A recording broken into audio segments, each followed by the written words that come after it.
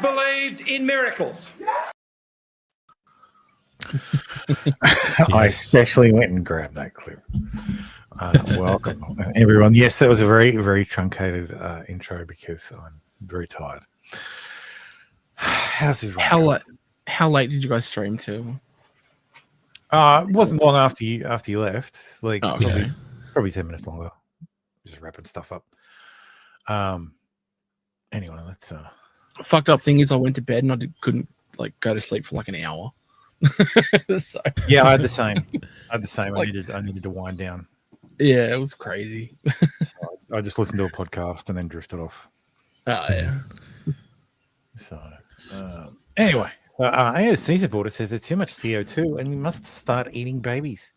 Doesn't look like AOC. Doesn't AOC look shocked?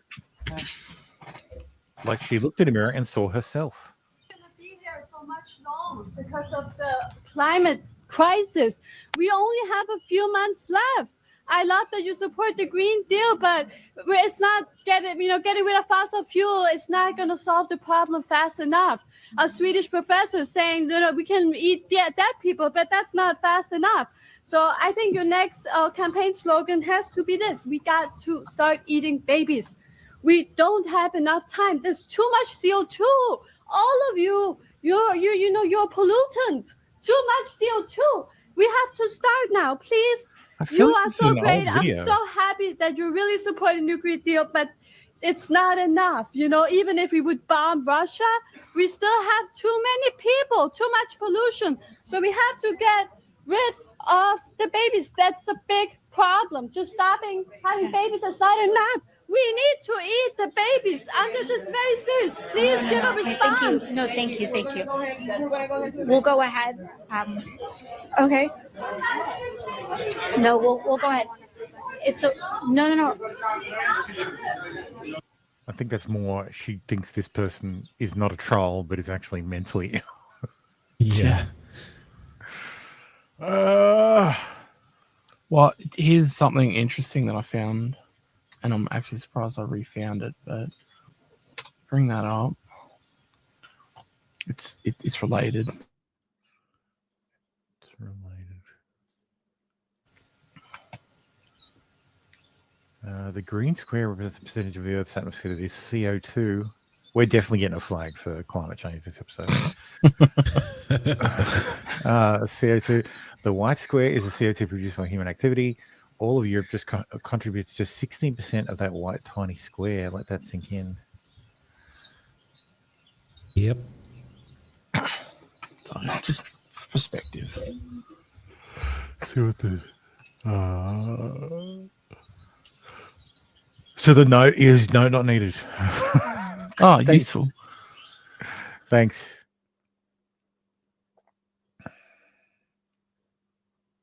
I hate Europeans and their fucking commas instead of full stops. That's not how you do stuff. Yeah, it's ridiculous. Trudeau sent this before the show. I don't quite understand it, but he says, "Hey, bud, I hear Australia elected a space station because, hey, at least it's not transable." Thanks, Trudeau, but I don't get it. Explain it to me. Anyway. Very low energy thermo. Low energy. I call him low energy thermo. Yep. He's not going to win. DEI. Chicago teachers insisted that higher pay would unlock student success.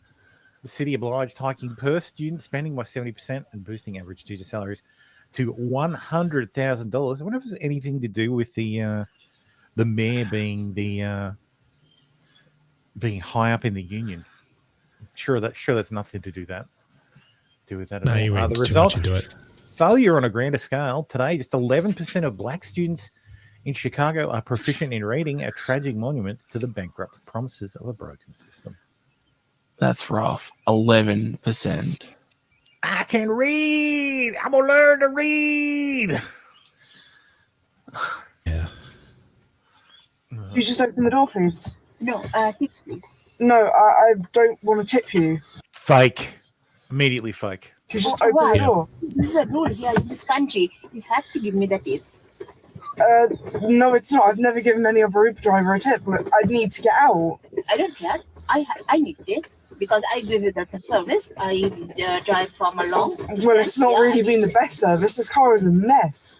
And you're asking for a tip despite the fact of the mess. Mrs. here, not there. You are okay. Your seat is clean. Here, I don't look at it. Give me the tips, get it out.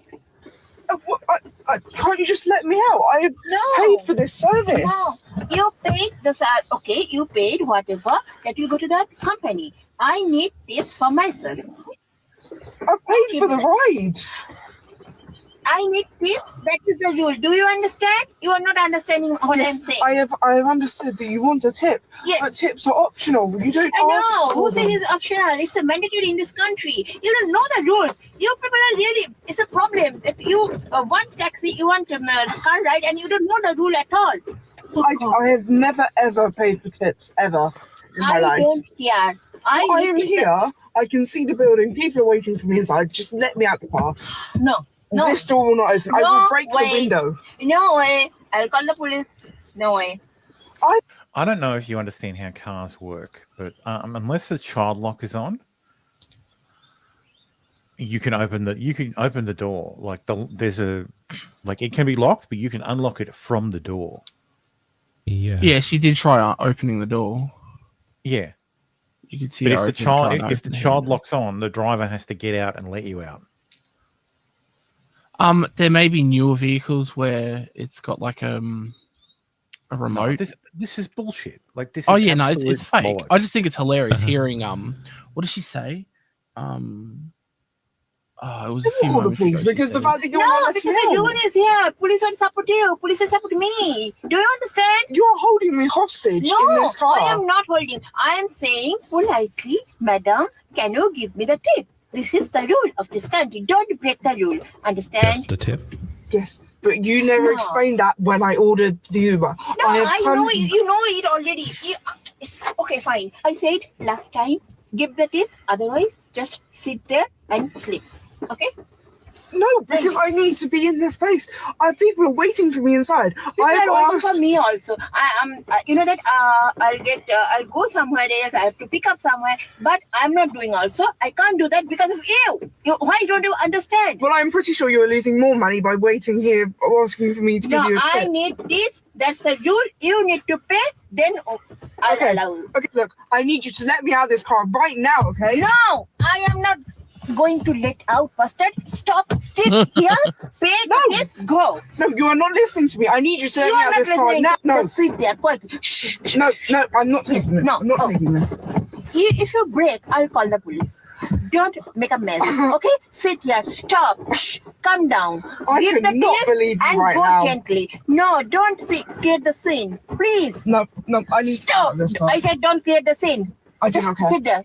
You're the one creating the scene, not me. I'm asking. It's a rule. Give me the tips, then I'll allow you.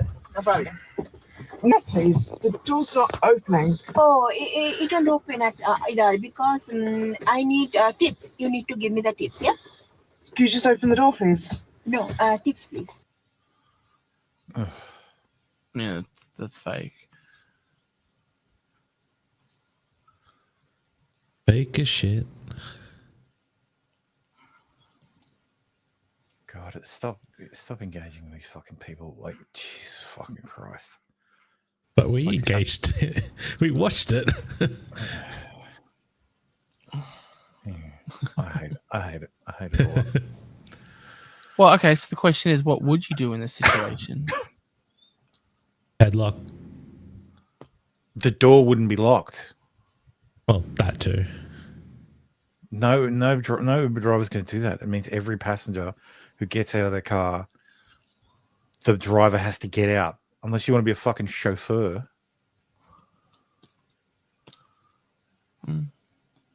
Like, this is the child. Like, you have to child lock the door. So, all right, let's talk about Canada. Canada had an election this week. Jagmeet Singh, the NDP leader, this fucking guy. That name sounds like a rom-com. Jagmeet Singh. Jagmeet Singh. Oh, Jagmeet Singh. Coming this fall.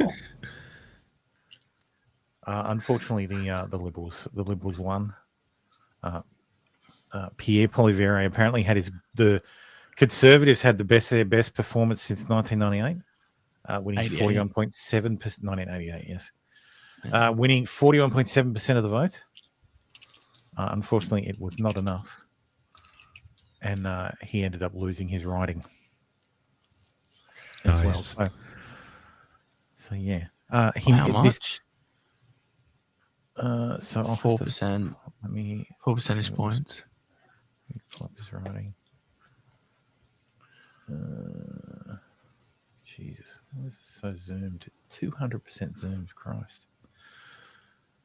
So this is the breakdown. I mean, how much did he lose his seat by? I think it was like 4% percentage points. Yeah, I'm just trying to see if they've got the actual. There we go. What's this writing called? Carlton.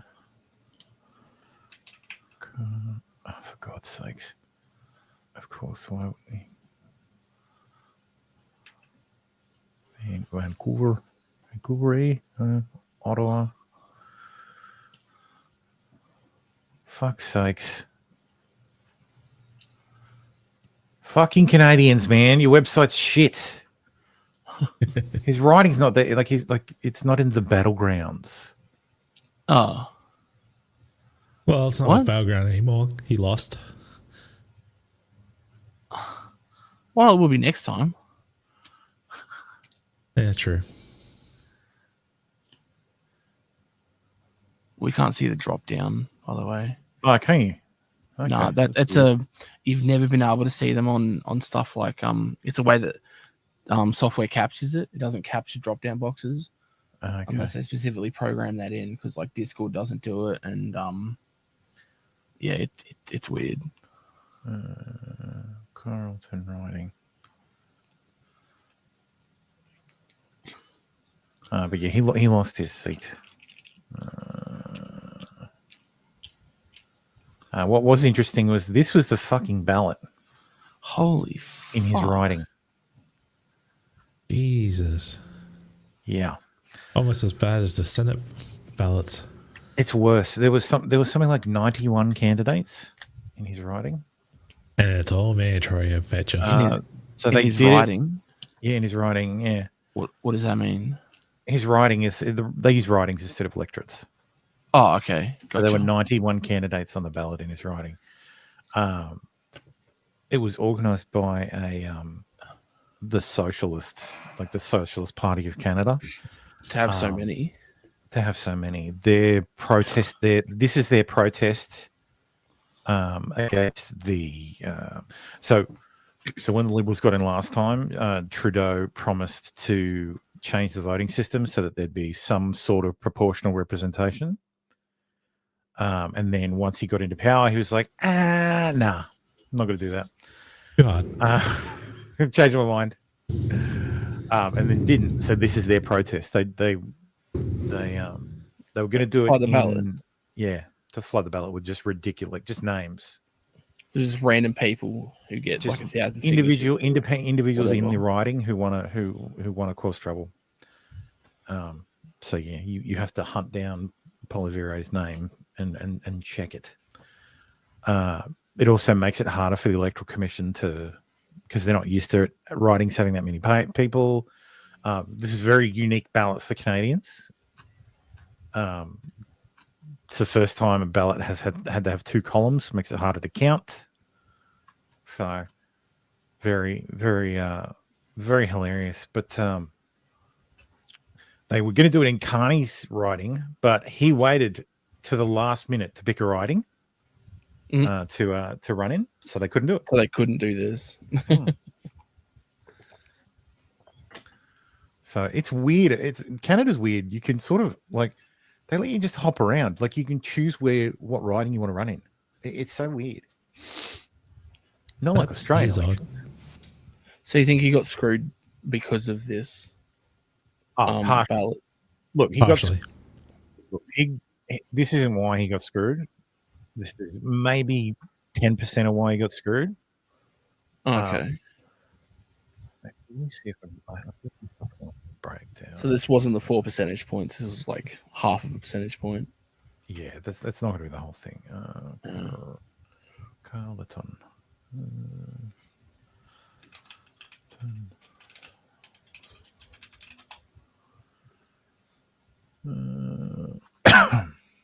Live election results.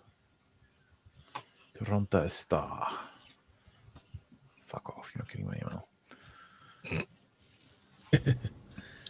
So if you look at the this is the top 10 results as of 420. Nice. So Pierre Poilievre is behind just over 4,000 votes.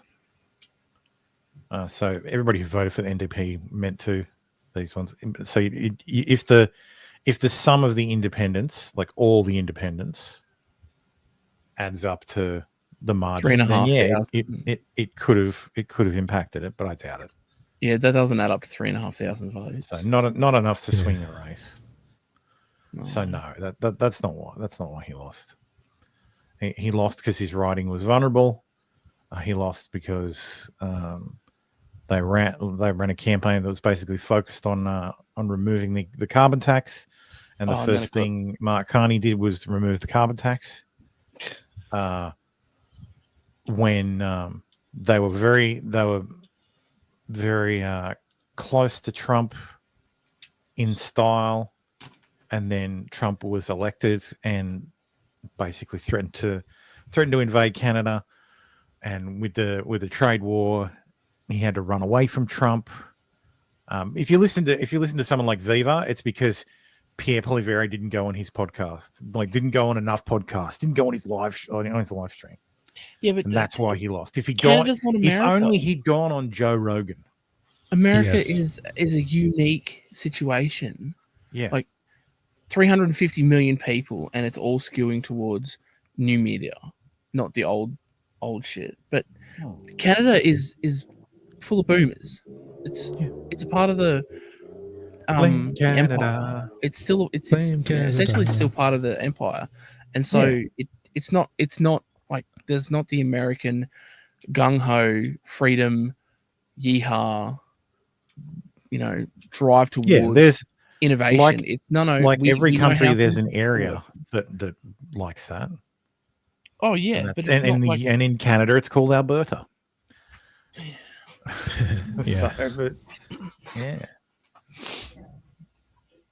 So that's sticking with Canada. There was also a mass casualty incident, as we're calling them now. A guy drove into a what's it called? It was a Filipino festival or Malaysian festival, a Lapu-Lapu festival. That's what the car ended up looking like.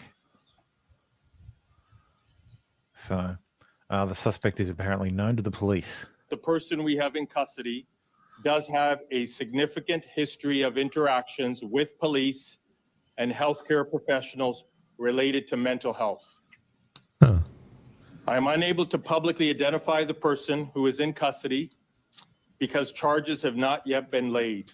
The person we have in custody does have a significant history of interactions with police and healthcare professionals related to mental health. I am unable to publicly identify the person who is in custody because charges have not yet been laid. But BC's marking. So this was in British Columbia and East Vancouver. But it's taking place across British Columbia to remember those who died at the Lapu-Lapu Day Festival tragedy in East Vancouver on Saturday evening. BC government has declared Friday an official day of remembrance and mourning for the victims of the tragedy, which saw 11 people killed and dozens more injured when the driver of an SUV rammed into the crowd at a Filipino street festival. If this was the UK, there'd already be legislation on having to require people to get a license to buy an SUV. You'd have to get approval to drive to. Yeah, why do you want an Another license. An assault truck. Unless it's driven by a Muslim, and then it's in a truck apiece. Truck apiece, yes. Yes. I don't think it has anything about the actual perpetrator. Well, is this one of those? If they don't mention the ethnicity, we know what ethnicity it is. I don't think so. I think this is a bit different. I think because it's a lunatic. Stevie says, maybe it's just because I'm unhappy. YouTube is acting fucky with me. It won't even show me most of the videos on my own channel unless I resort by oldest. There it is. Weird. 30-year-old Adam Kaiji Lo faces 8 counts of secondary murder. Hang on. 11 people were killed. Why does he only face 8 counts of second-degree murder? Why doesn't he face 11 counts of second-degree murder? That seems quite odd. So, yeah, but it does mention that they're still investigating, so assuming more charges are going to be added. Eric Durrett says, government official, anyone who correctly guesses a person's name gets a $20 gift card to Tim Hortons. Oh, that's funny. All right, let's do it. If you Google Adam, is there a picture? He sounds Asian though, so it sounds like he got fed up with someone at the Filipino festival and decided to.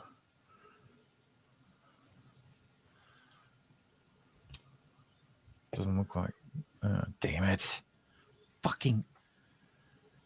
One thing I hate, I fucking hate Bing the way I hate Edge the way it opens everything in every click in a new tab like that. And the way it does this shit, I fucking hate this news aggregator bullshit. I want to go to the actual fucking website, not some MSN diluted. Stay on our website, Thermo. Wait, hang on. That fourth video, is that him? Fourth video. Yeah, Sarah says murderer. No, that looks like a copper. Yeah. Oh, okay. He looks a little deranged though, to be honest, just from that picture. That's him. Okay. He's reported to have a history related to mental health issues.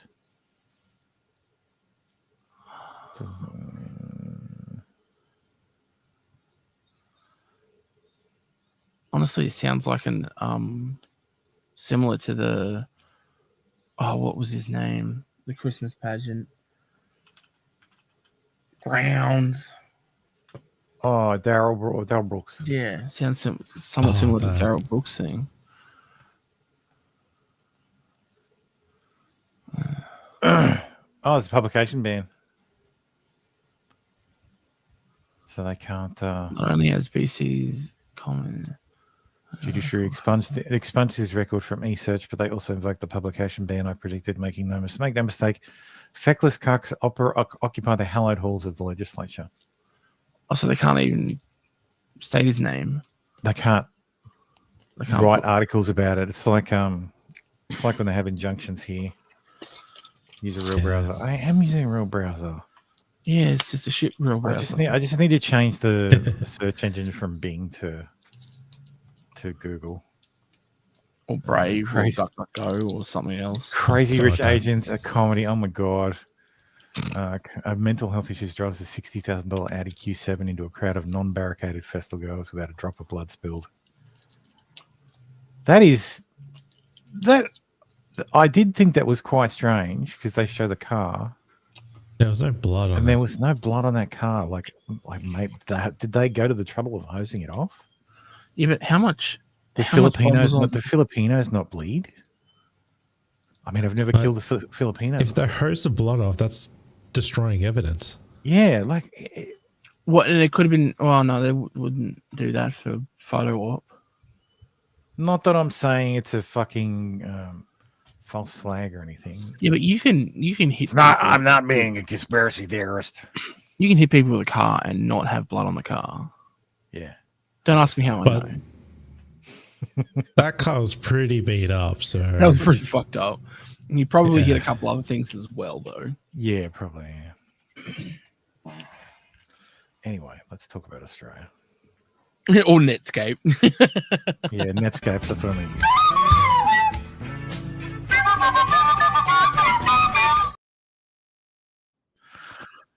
Uber Eats delivers democracy snacks to voters missing out in new campaign via special.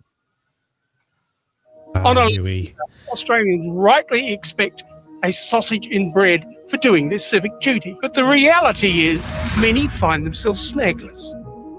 Which is why on May the 3rd, I'm ordering one on Uber Eats. That's right. Uber Eats is rolling out an innovative sausage platform in Brisbane, Melbourne and Sydney to get more sausages in more mouths. But Huey, what about onions? A lot of Australians are asking that question. Well, onions are opt-in and Uber Eats have made a 3-source promise. Is this beef or pork? And while you don't always know what's in a sausage, you do know what's outside one. A hungry Aussie. There you go. So this election day, I'm going to be firing up Uber Eats app and getting my democracy sausage delivered. After all, this wasn't supposed to be the land of the have-snags and have-nots. Authorised by Uber Eats Australia. I'm surprised if that cunt's still alive. Yeah, I thought he was dead. Yeah. Like, I remember him doing... He wants his sausage in everyone's mouth. That took an unexpected turn. I remember him doing like cooking shows out in the middle of some random park somewhere, looking out over the sea. Yeah, Huey's Cooking Adventures. Yeah. So, but yes. So we had our election yesterday. It went well. Great. Peter Dunn loses his voice to Parliament. But yes, so this is how it shook out. The results are still updating. They're still counting. Numbers going up and down. So far, Labor has 85. The LNP, or Liberal National Party, Liberals, Nationals, Coalition, Conservatives basically, have 37. The Greens so far have 0 locked in. That's going to go up. And there are 10 confirmed other. Total green death. Total green death, yeah. So, party totals. This is really bad for the coalitions. It's like the lowest amount of seats they've had. There you go. Trumpeter Patriots. It's counting. That's the donkey. That's basically become the donkey vote now. Yeah. So, just to think, last election, Palmer got fucking like 2.3% more. So 4% of the vote. So, fucking disgrace. Stop voting for these stupid parties. Yeah, stop voting. God damn it. No! No, you don't have a choice. You don't have a choice, please. Well, you do. You just don't have to vote. So you just gotta get your name signed off. So these ones are the ones that are unknown. So there's 1, 2, 3 Liberals ahead seats. 1, 2, 3, 4 independent ahead seats.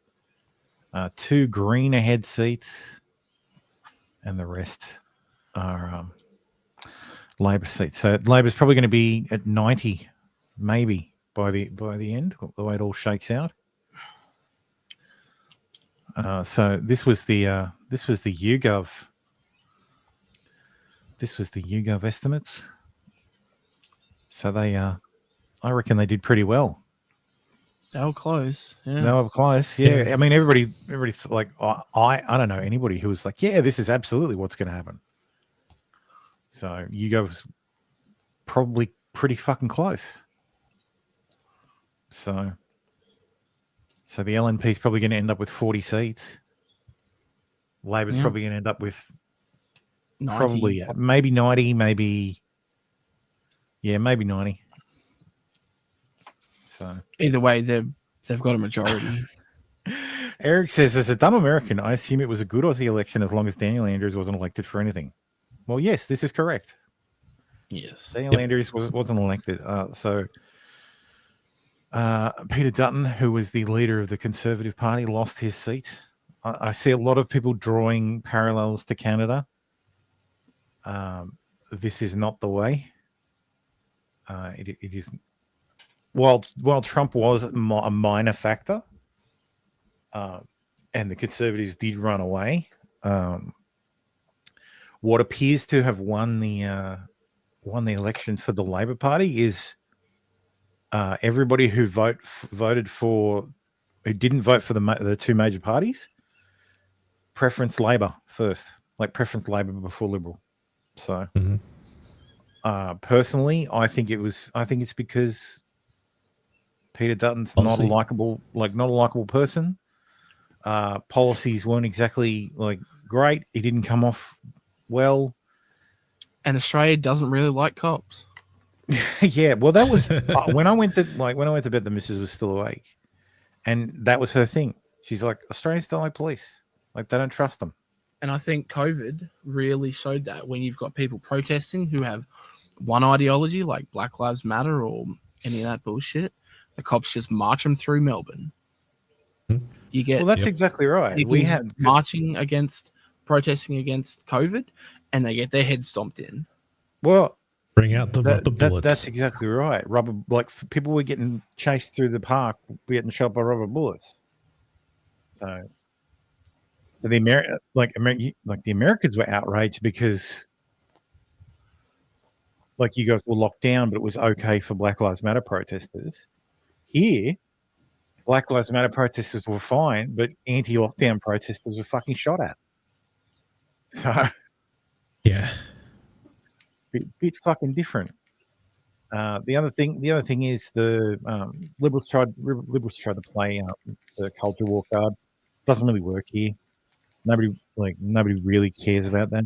A lot of the tools that can work in the US and even in the UK and somewhat in Canada don't really work in Australia because of mandatory voting.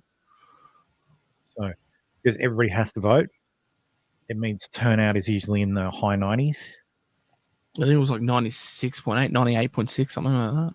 Yes. Yep. What was it?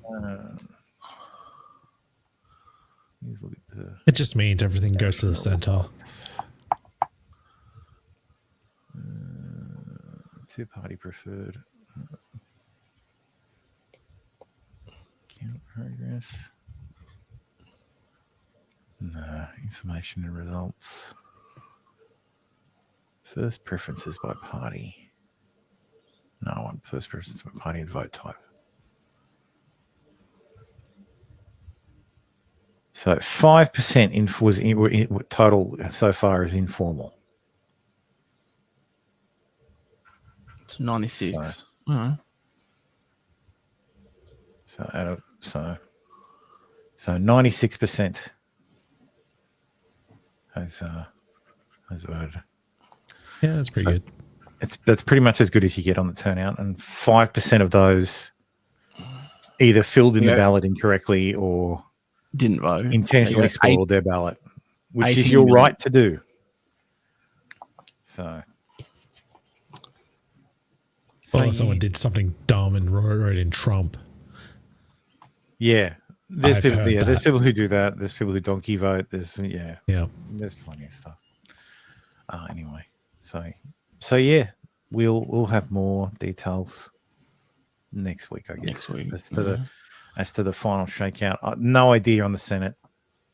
The Senate results are very preliminary. We'll know more in a week. That takes ages to count. Yeah, plus the whole 13-day bullshit. Yeah. There's a 13-day lag where you wait for all the extra ballots to come in.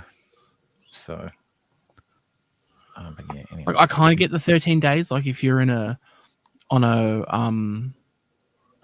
boat out in the middle of nowhere and you only get your mail taken every 2 weeks. It kind of if you're in the Australian Antarctic territory, then yeah, I can understand. Yeah. So from tomorrow, repeat child sex offenders will be locked up indefinitely in South Australian jails and under some of the toughest laws in the nation. Child sex offenders will now be locked up indefinitely under the toughest new laws in the country. From tomorrow, pedophiles who reoffend in SA will automatically be jailed for life unless they can prove they're no longer a threat to society. There were those that were concerned about the civil liberties of offenders. This government will come down on the side of victims every single day of the week. The vile monsters who offend sexually against children deserve to rot in jail. Even if offenders are released, they'll be monitored for the rest of their lives. Child sex. Lol. Fucking hell. Nice. Good. Yeah. Fuck them. Fuck around and find out. Leave the kids alone. Yep. Aussies overwhelmingly reject welcome to country in a staggering poll. What's it at now? They should stop completely and cast your vote. Yes. 67%. Oh, that's not good. Of 165,000 votes. Yeah, but it's 67% it should stop completely. They say stop and completely. plus 23%. Which should be less. So 80%. Yeah. Everyone's there to be none or 90, less. 90. 90%. Fuck. 90%. Because the rest is there should be more at 3. And this is the right amount at 7. So that's fucking crazy. So only 10% of the country likes it. So basically the Greens. It's the Greens. It's the Greens and some One Nation people who just like sadists. Yeah. Always going to be like 10% of the population. Oh, it's the Aboriginals. It's always funny. It's the Greens and the Aboriginals. That's why. Like, no, mate, we love to welcome the country and we want to get it paid. I love money. Get that fucking gash. A Trumpet Patriots volunteer has been punched and kicked at a Melbourne pre-poll booth. Video taken by bystanders shows the man was opposed to Top's plan to cut mass immigration by record levels in Australia, which is pointless because it's Top. They're not going to ever be able to do anything. Are those thongs there? They're just on the ground? Yep. Like flip-flops? Just fucking... It's just Japanese riding boots. Oi! Oi! Oi! Cut it out! Cut it out! Yeah, we were built on multiculturalism. Yeah, these ads aren't who what Australia is about. Neither what you're doing. I can fucking sue you. And I What will. the fuck for? You retard. You're the one who threw On hands. camera of what you did. You struck first. Can we have some police here, please? You just abused me verbally. And No, we got you on camera, mate. You called me a retard. I have a You called everyone a racist, mate. It's true. You're racist. Right. It's true, you're a retard. To the cops, Listen mate. to your own ads on TV Tell that to the I keep cops. wearing. I mean, he's got a retard Who's hat going on, to pay so- for this? Let make China pay for it. Who's going to this? Yeah, we were built on multiculturalism. Yeah, these ads aren't who what Australia is about. This is not uniting Australia. This is dividing Australia. This party is a scam. You want a fuzzy? You want a 1v1, me, brother? Okay, everyone in this is a wanker. To be fair, he doesn't sound like he is all there. Like he might have an IQ of 80 or maybe 90, but I mean, he is a cyclist. PvP fight. Hearing from sources near the booth that the individual returned to the area after being questioned by police. He was seen talking to volunteers to offer a donation to a charity and make up for his behavior, citing mental health issues. Police were apparently notified his return. Understand media sources seeking statement from police. So we'll find out. Today's act of violence against a polling booth volunteer is appalling. Trumpet of patriot.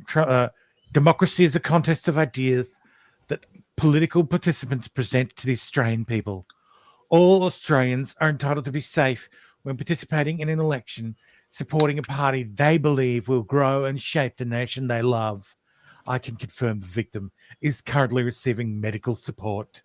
Love will always conquer hate. That is the leader of Trumpet of Patriots. This post from Senator Babbitt. Oh, this is the reality we face if we don't resist the left. Fuck off, you dribbler. This is what you get for fucking text messaging everybody in the country repeatedly. Yeah. Well, I know family members who got the same string, and family members who didn't. Yeah. And it's not like the numbers are close. Yeah. Yeah. Like I said in the election stream, I didn't receive any text messages. Costi says that guy throwing kicks and punches. This is not uniting Australia. It's dividing Australia. I know. I love it when people say that. They say that line whilst beating people up. This is not right. Let me just come here. Come here. Let me punch you. Let me punch on. It's 1v1. 1v1. 1v1, bro. 1v1, bro. Oh, God. Fucking Christ. Okay, right there is when I'm like, okay, this guy's not all there because he's lifting his bike up, being like, I'm stronger than you. I'm super strong. What are you, 13? And then he goes 1v1 me. It's like, okay, this guy's not. You know when I realized he wasn't all there? When he thongs and socks. Took his thongs off. You are exactly right. When he stopped and picked up his thongs that he's wearing with his socks while riding his bicycle. So you're not a fan? There ought to be a law. But it would unfairly target retards, Italian Australians. You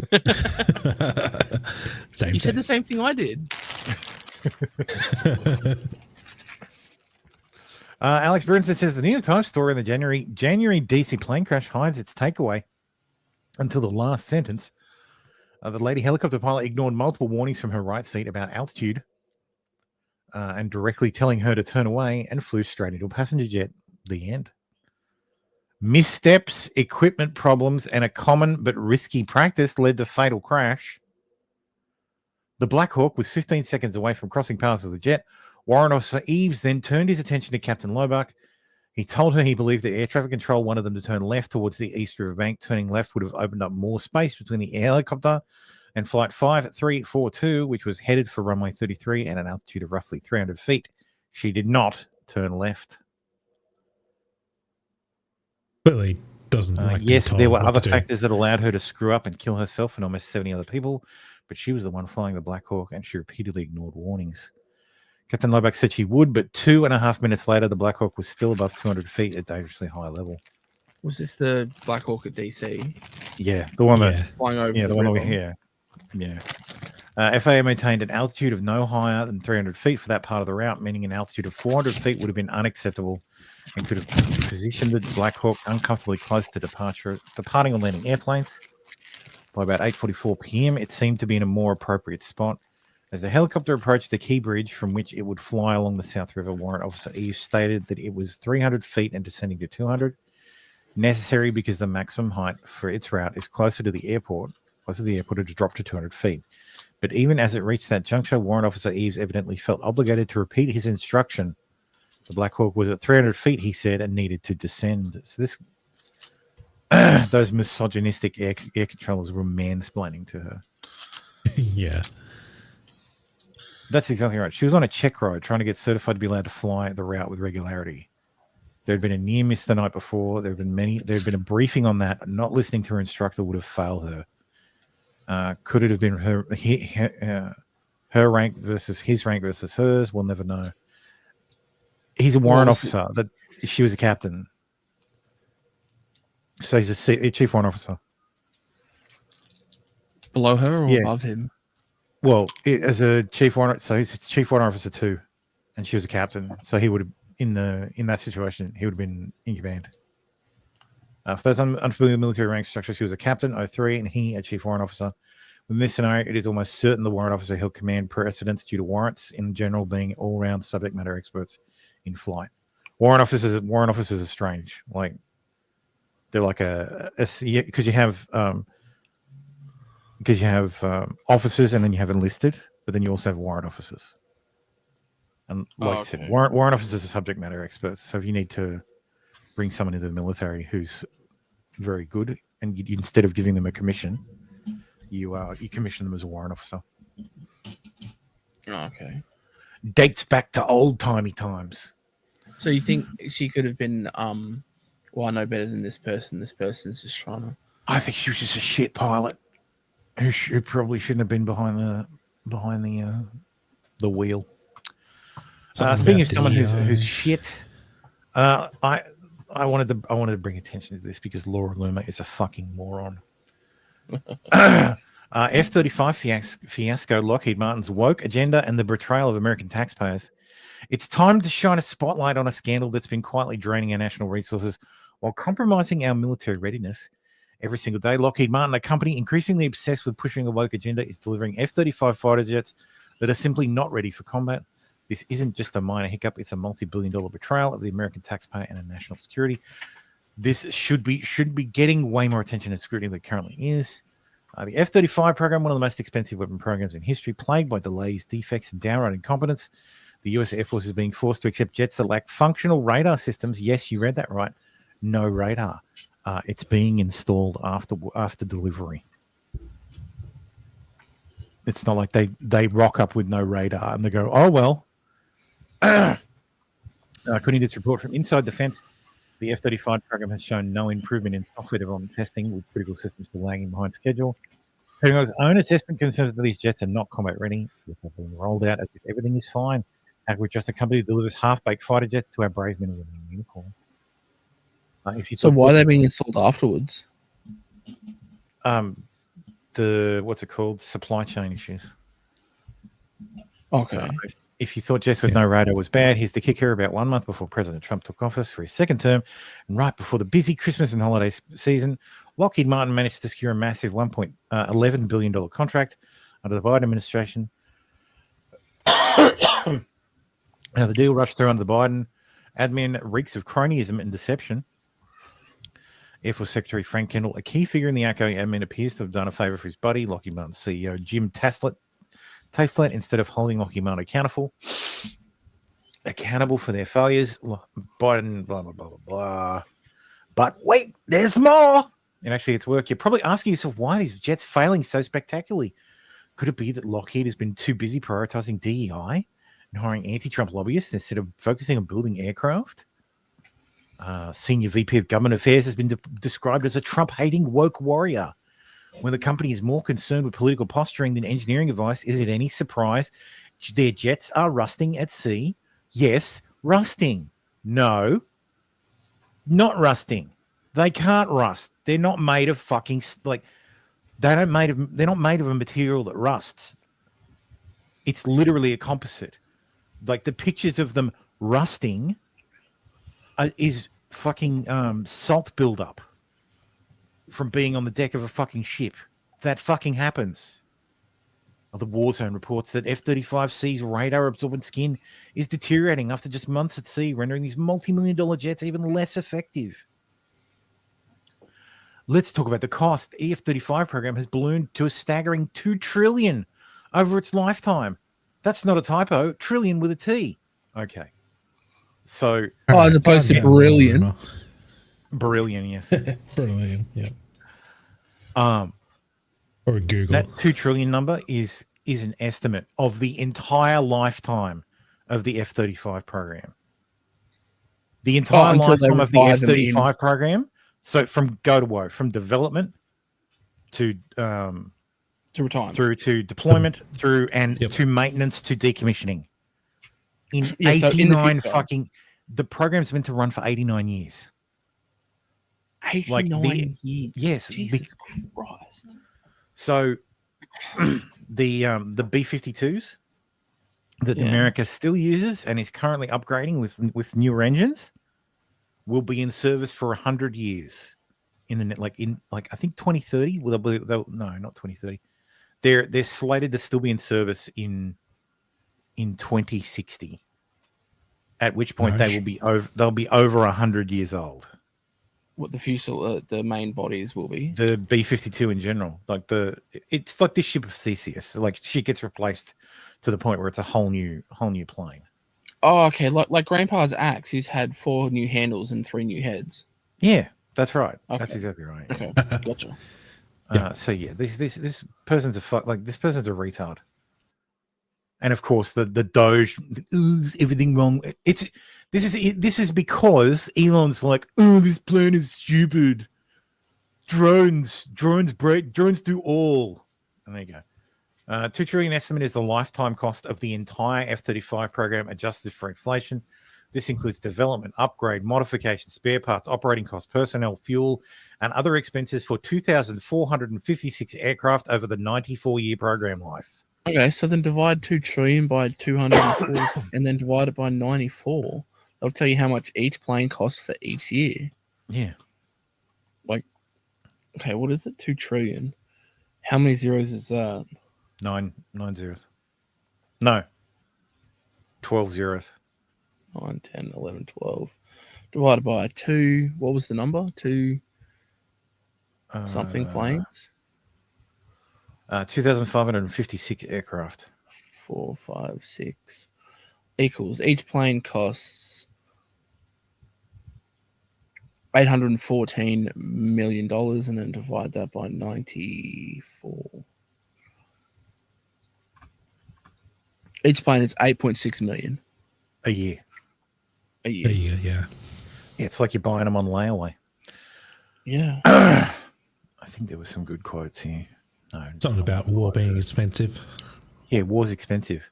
Also consider that this is the most, like, this ridiculous argument that, oh, the F-35 is a failure. Like, it's a shit. It's a terrible plane. It's a terrible plane. It's a terrible plane. Bitch, the Israelis use the F-35 and they flew into Iran and the Iranians with their S-400 radars didn't even fucking see them. They didn't know shit was happening. They were in and out before the Iranians even knew they were under attack. Oh yeah, this guy says F-35s can't rust because they're made from composite. The F-35 is the most, like this is the rust. It's just build up. Like it's build up because there's shit in the ocean. And that's on the top of the plane. Like that's not where you want. Anyway, like, yeah. I'm sure the ones that they need to keep that stuff pristine have Abrams were in development today. They've been making the same bitching and moaning. Yeah. Mm-hmm. 8.6 million a year for a fighter jet. That actually seems pretty decent. Well, considering that's the operating cost too, like that's but that's everything. The cost to buy it and operate it, yeah, all in, yeah, everything. Like how much? There are $1 million bombs that they drop 6 of at a time. Like Jesus Christ, 8.6 million? Nah, come on. I can't remember where I ranted about this. Like the this is the problem with military recruitment, military procurement, and the Navy is especially bad at it because, like, the unique thing about the F-35 is it was made for export. So F-22 is the most advanced air dominance fighter in the world, and America has a grand total of like 30 of them or something. What's it like? I'm pretty sure it's 200 of the 22s. No way. They wish. It's double digits. Many F-22s. 187. 187 operational. Yep. So the initial order was for 750. Yeah. So it was to replace they replaced the F-15s. It was then scaled down to 381, and then finally 195, and now 187. 8 test and 187 operational. Yeah, but that's the Air Force, and it's because Congress every time the Air Force went back to Congress for its budget, it got cut. Because Congress is like, this is a really expensive jet. You don't need that. And what are they going to do? Well, no. So, and now they're upgrading. Of the next generation is going to be the F-47. We don't need that. You don't need that. It's because then you have people like people who think like Elon Musk in Congress who go, "Oh, heard the drones." Yeah, that's retarded. So, But yes, the entire reason they were made for export, and the way Lockheed Martin structured the actual construction process makes them more expensive, but makes it much harder to cancel. So what Lockheed Martin does is the construction of the F-35 is spread across the world. So the UK makes the engines. Canada makes some components. So countries that are involved and bought into the program are involved in constructing the jet. And almost every state in the union constructs a component for the F-35.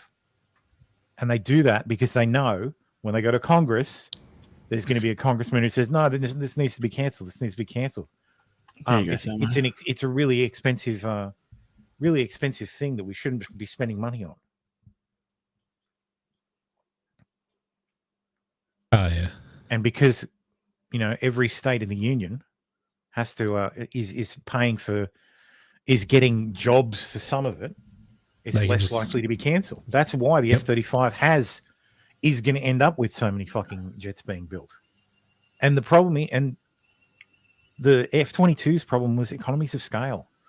The fewer they built, the more expensive each additional one was. The more you build, the cheaper it gets.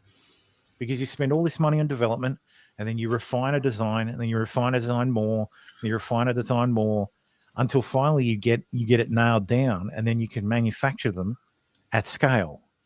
Yeah, and then you refine your manufacturing.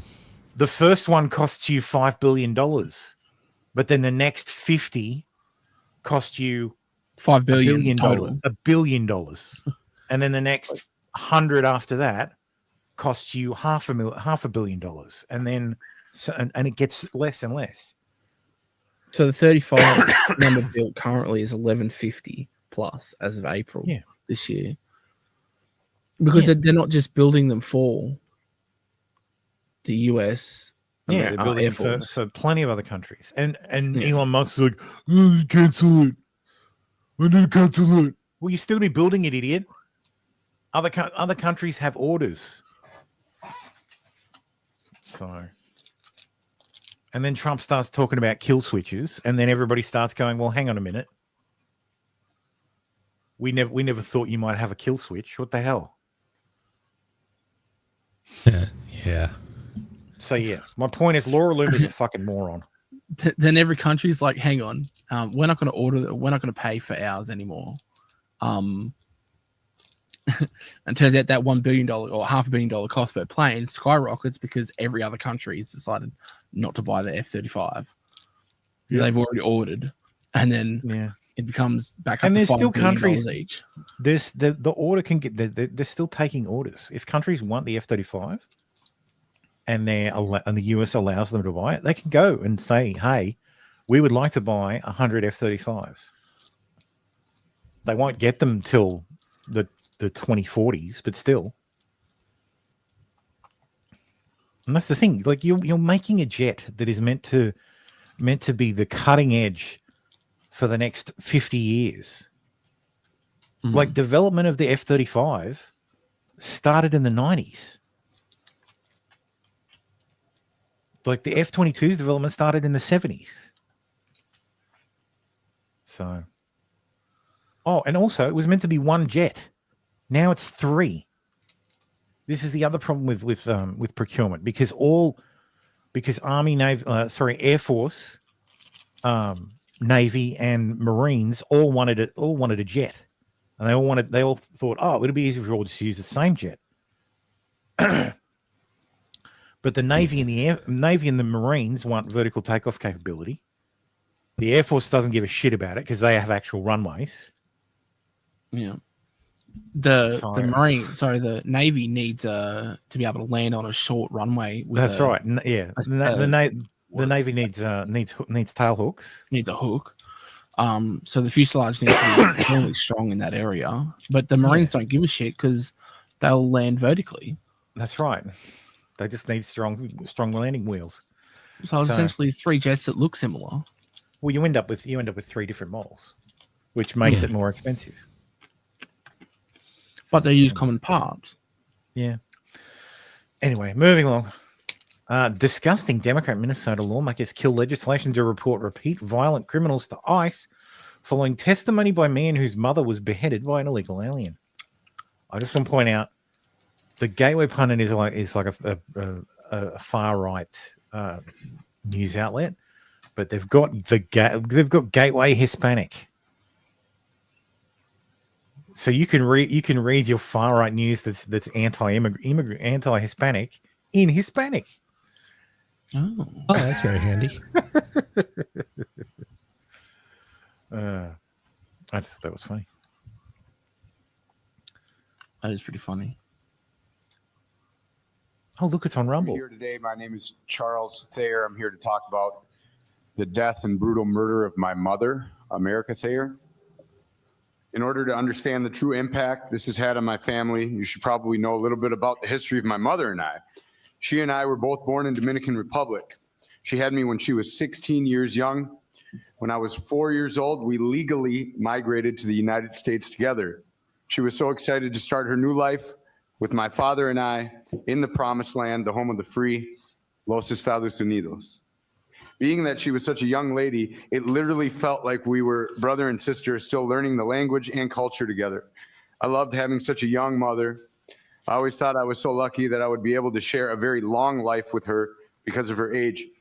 She was a young, fun, and vibrant lady with tons of class and a magnetic personality.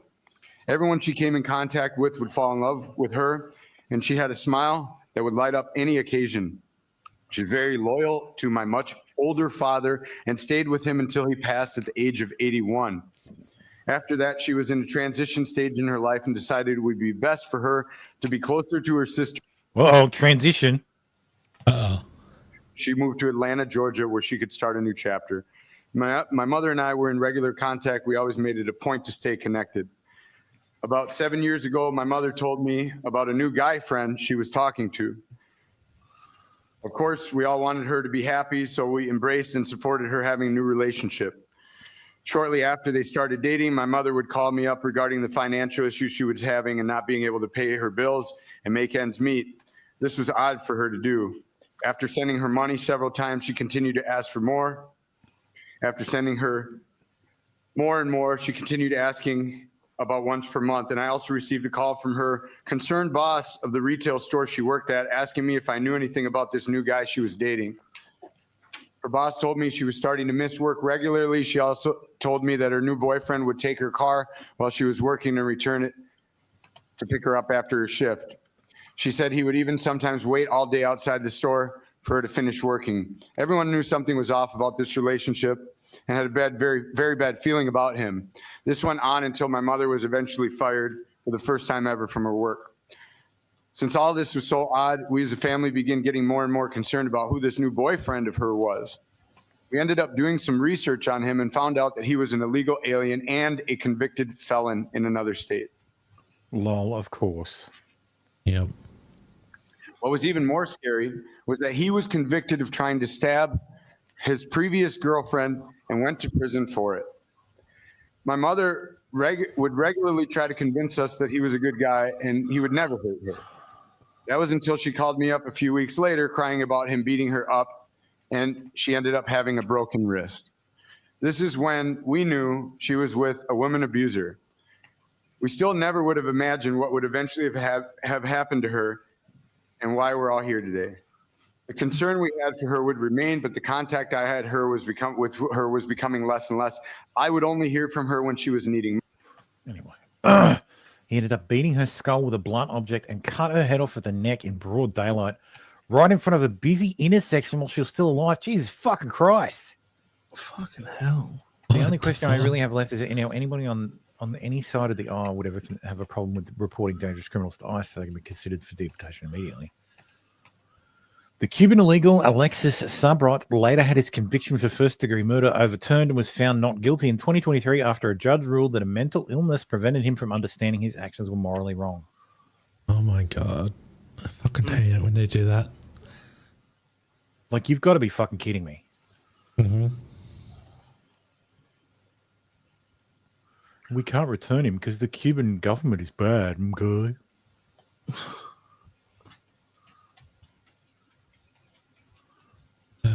Seriously, let me read the wiki.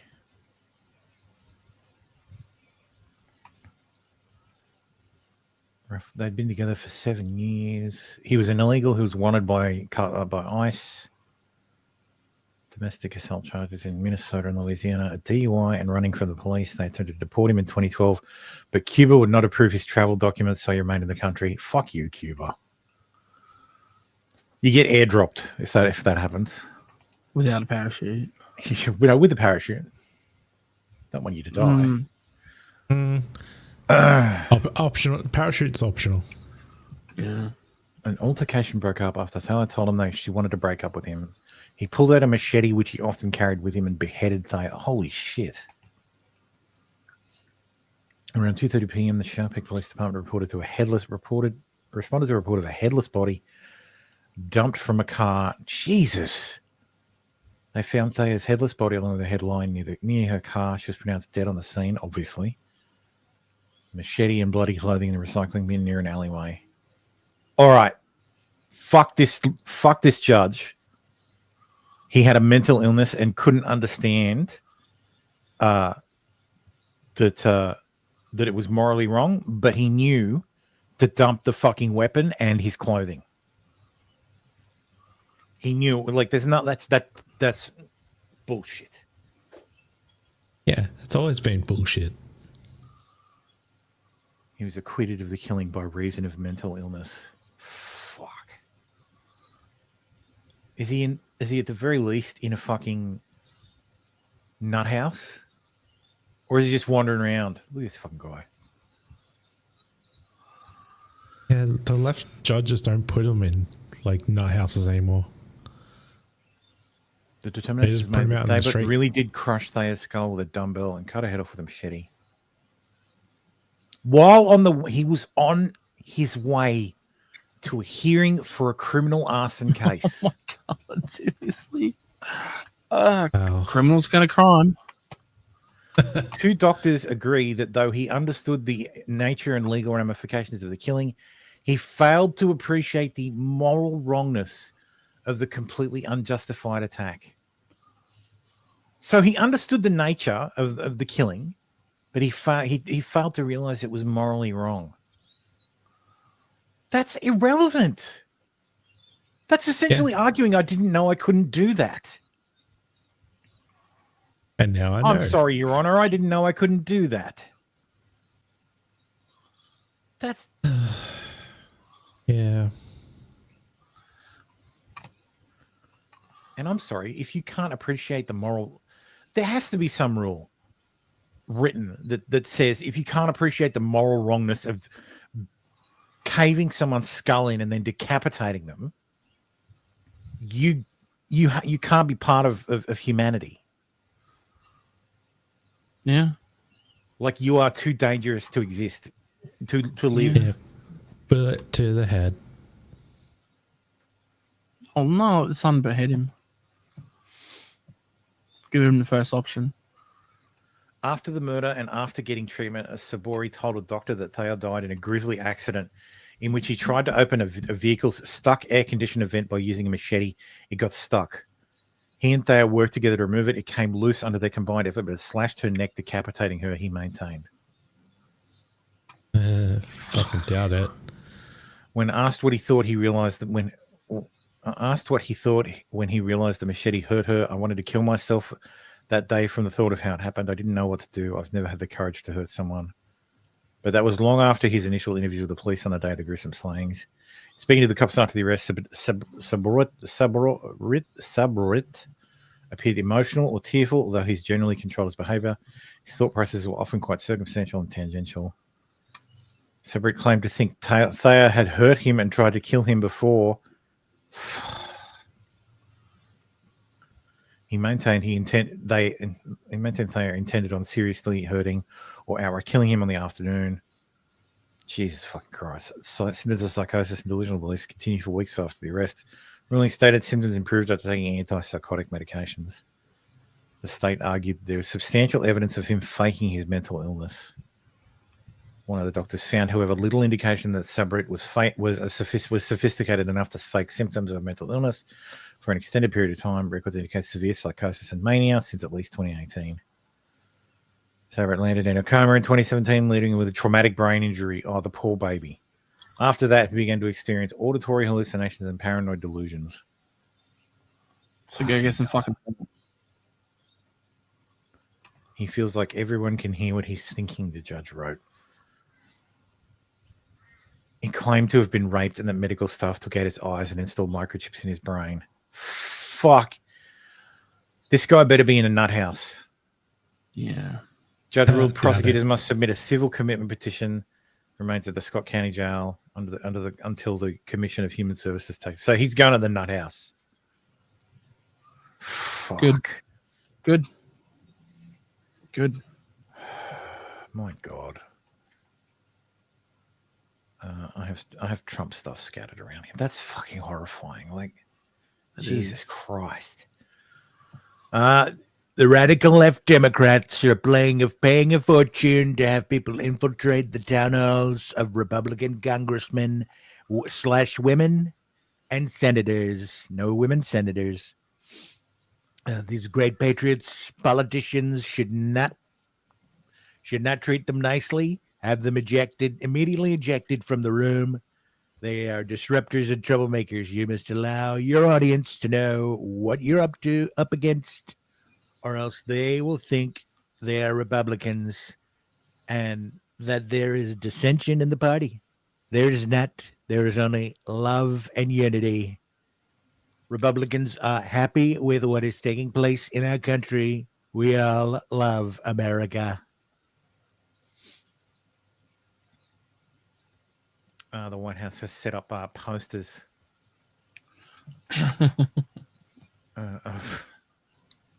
of the people who've been arrested. I love it.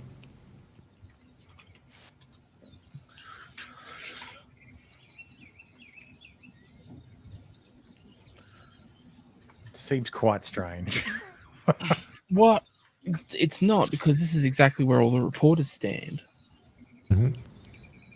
And so the ones that are denying that they're the ones that think that it's like they work for the Liberal Party and these are corflutes that are Amelia Hamer's corflutes everywhere.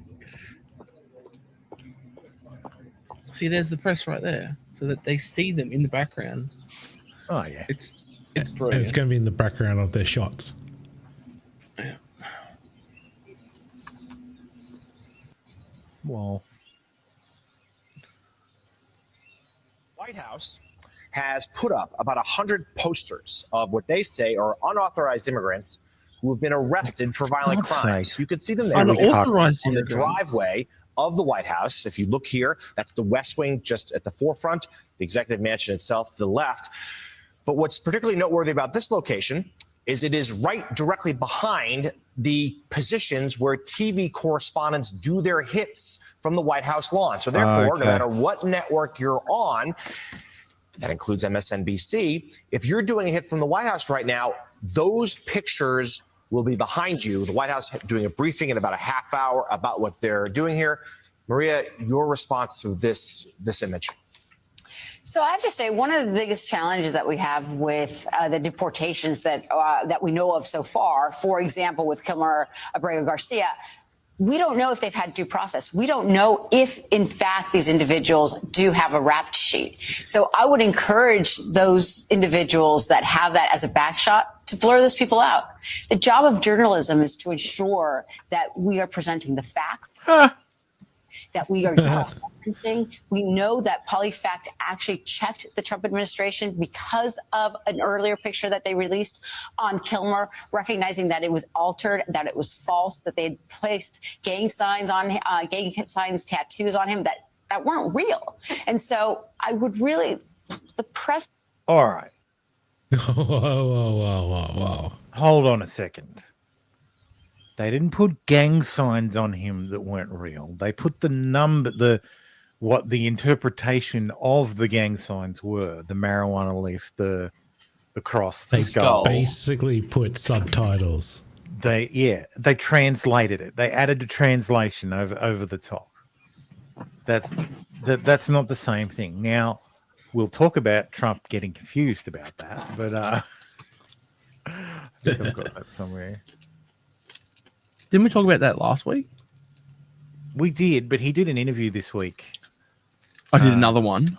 He did an interview with in the Oval. He did this one. Yeah. He wasn't a member of a gang. And then they looked, and on his knuckles, he had MS-13. There's a dispute. Well, wait a minute. He had MS-13 on his knuckles tattoo. He had some tattoos that are interpreted that way. But let's move on. Wait a minute. Hey, Terry. He did not have the letter MS-13. It says MS-13. That was Photoshop.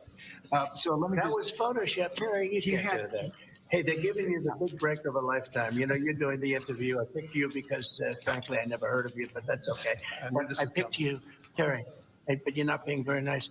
He had MS-13 tattooed. We'll agree to disagree. I want to move on to something else. Terry, you want me to show you the picture? I saw the picture. And you think it's Photoshop? Well, Here we go. Don't Photoshop it. Don't look at his hand. He had MS-13. He did have tattoos that can be interpreted that way. I'm not an expert on them. I want to turn to Ukraine, No, sir. Terry, I want to get to Ukraine. No. He had MS as clear as you can be, not interpreted. This is why people no longer believe the news, because When it's he was fake photographed news. in El Salvador, they aren't there. But let's just go on. They aren't there when he's in El Salvador. They Take a weren't look there, at the but they're photograph. there now, right? No, But they're there in now. your picture. Terry, Ukraine, sir. he's got MS-13 on his knuckles. All right. Okay? We'll take a look. You do such a disservice. We'll take a look at Why that, don't you sir. just say, yes, he does, and, go on to something else? It's contested. See, when Trump was like, Trump believes. when Trump was like, "Do you want me to show you the picture?" I'm like, "Yeah, sure. If you want to get one of your aides to bring it to me, I would love to see it. I would love for you to show me that I'm wrong."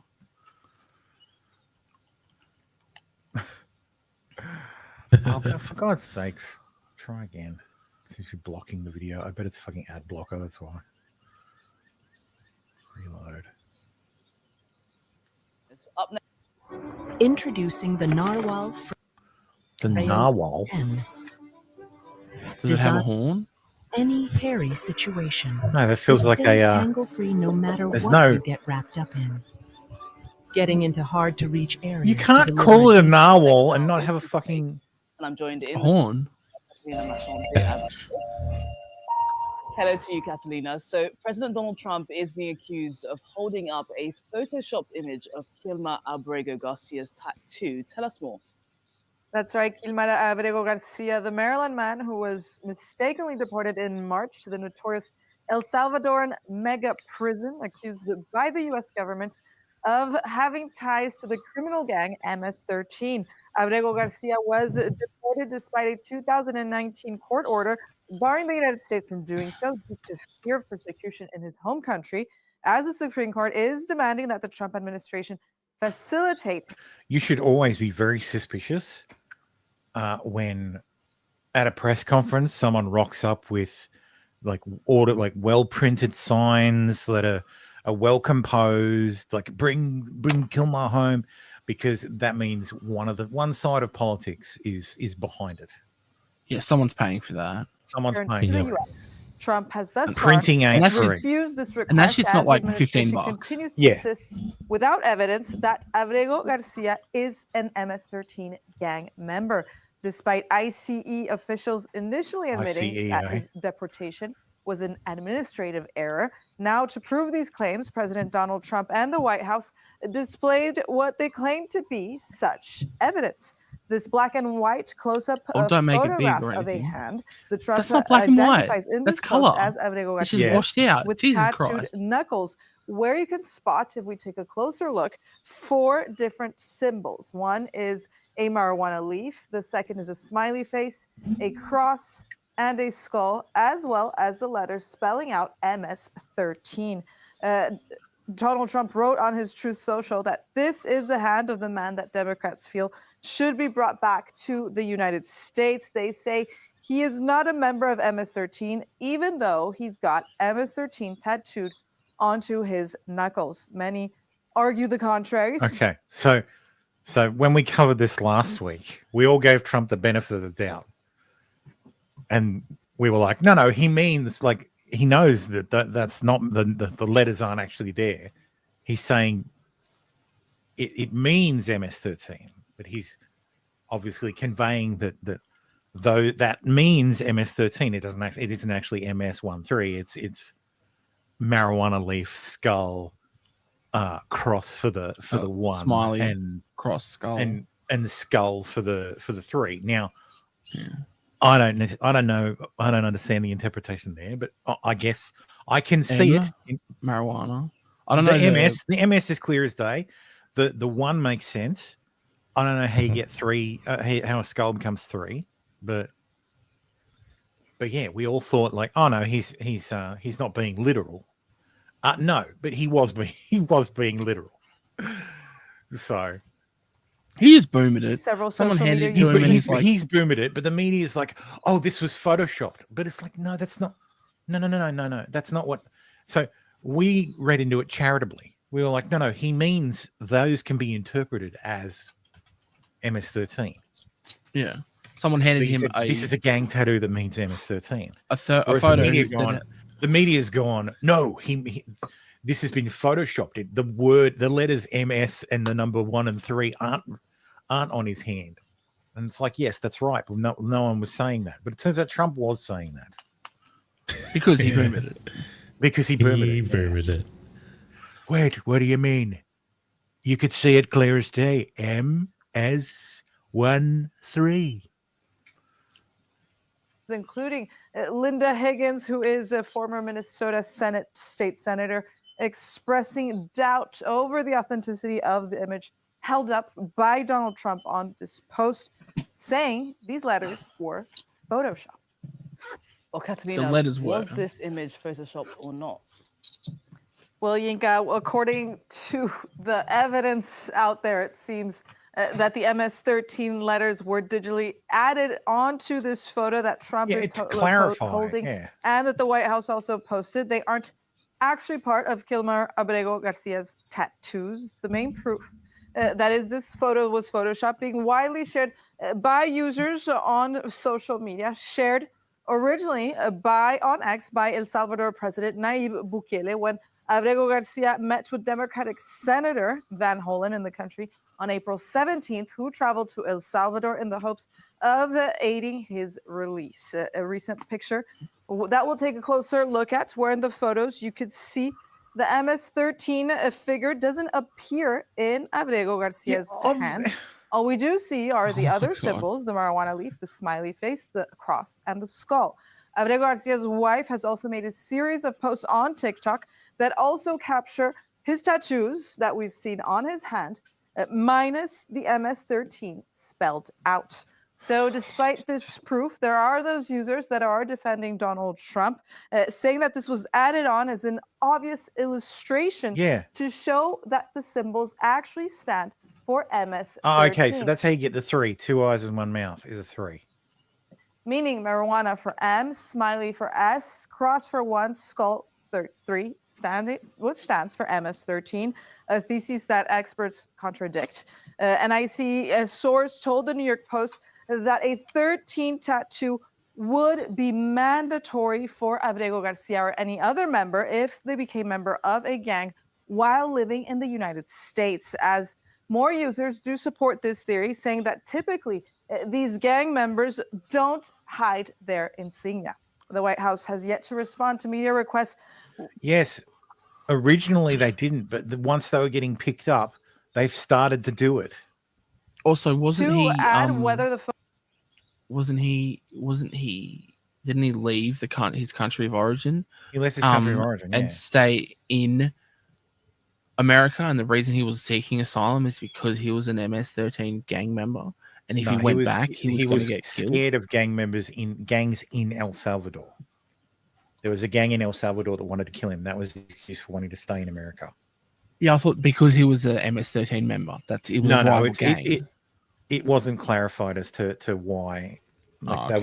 He was just wanted dead by a gang. Like he's never admitted that he is. But this is interesting too. 2022 police body cam footage of suspected human smuggler and gang member Kimir Abrego Garcia has been published. The Maryland father was transporting a vehicle full of illegal migrants from Texas to Maryland when he was stopped in Tennessee. He did not have a driver's license. Could not show proof of insurance for the vehicle. FBI later told the Highway Patrol to release the men. My license? Yeah, your driver's license, your registration, and your proof of insurance.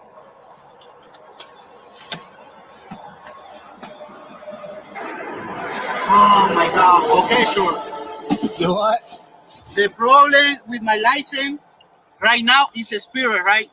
It's suspended? Suspended because I have my permanent employment. So, like 2 years experience. So I need to. So right now I'm waiting the paper. I'm sorry. Like, this should be open and fucking shut. Oh, suspended? Right to jail. Yeah, you're under arrest. And okay, we've determined that you're not a legal citizen. Home you go. Back you go. Fuck. Like if I was in fucking Afghanistan illegally, guess what would happen? I'd be in fucking jail.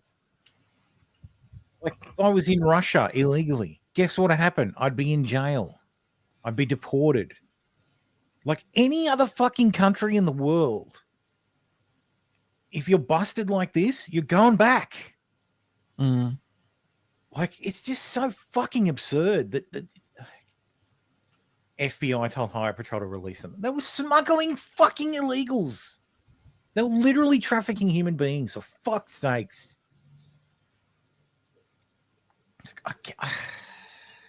That's crazy. Absolutely fucking baffling. Anyway, this guy's probably going to get a multi-million-dollar settlement and get to stay in the US forever.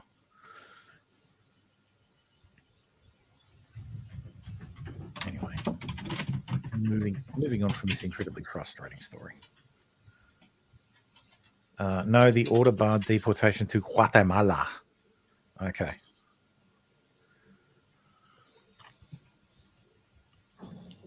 Never Guatemala.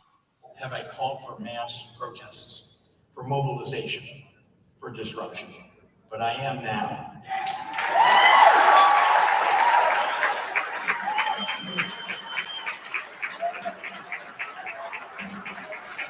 Billionaire calls for mass disruption and protests. Also, J.B. Pritzker, who is the governor of Illinois, is addressing a crowd in New Hampshire. Can you say 2028 electoral run? These Republicans cannot know a moment of peace. They have to understand that we will fight their cruelty with every megaphone and microphone that we have. We must castigate them on the soapbox and then punish them at the ballot box.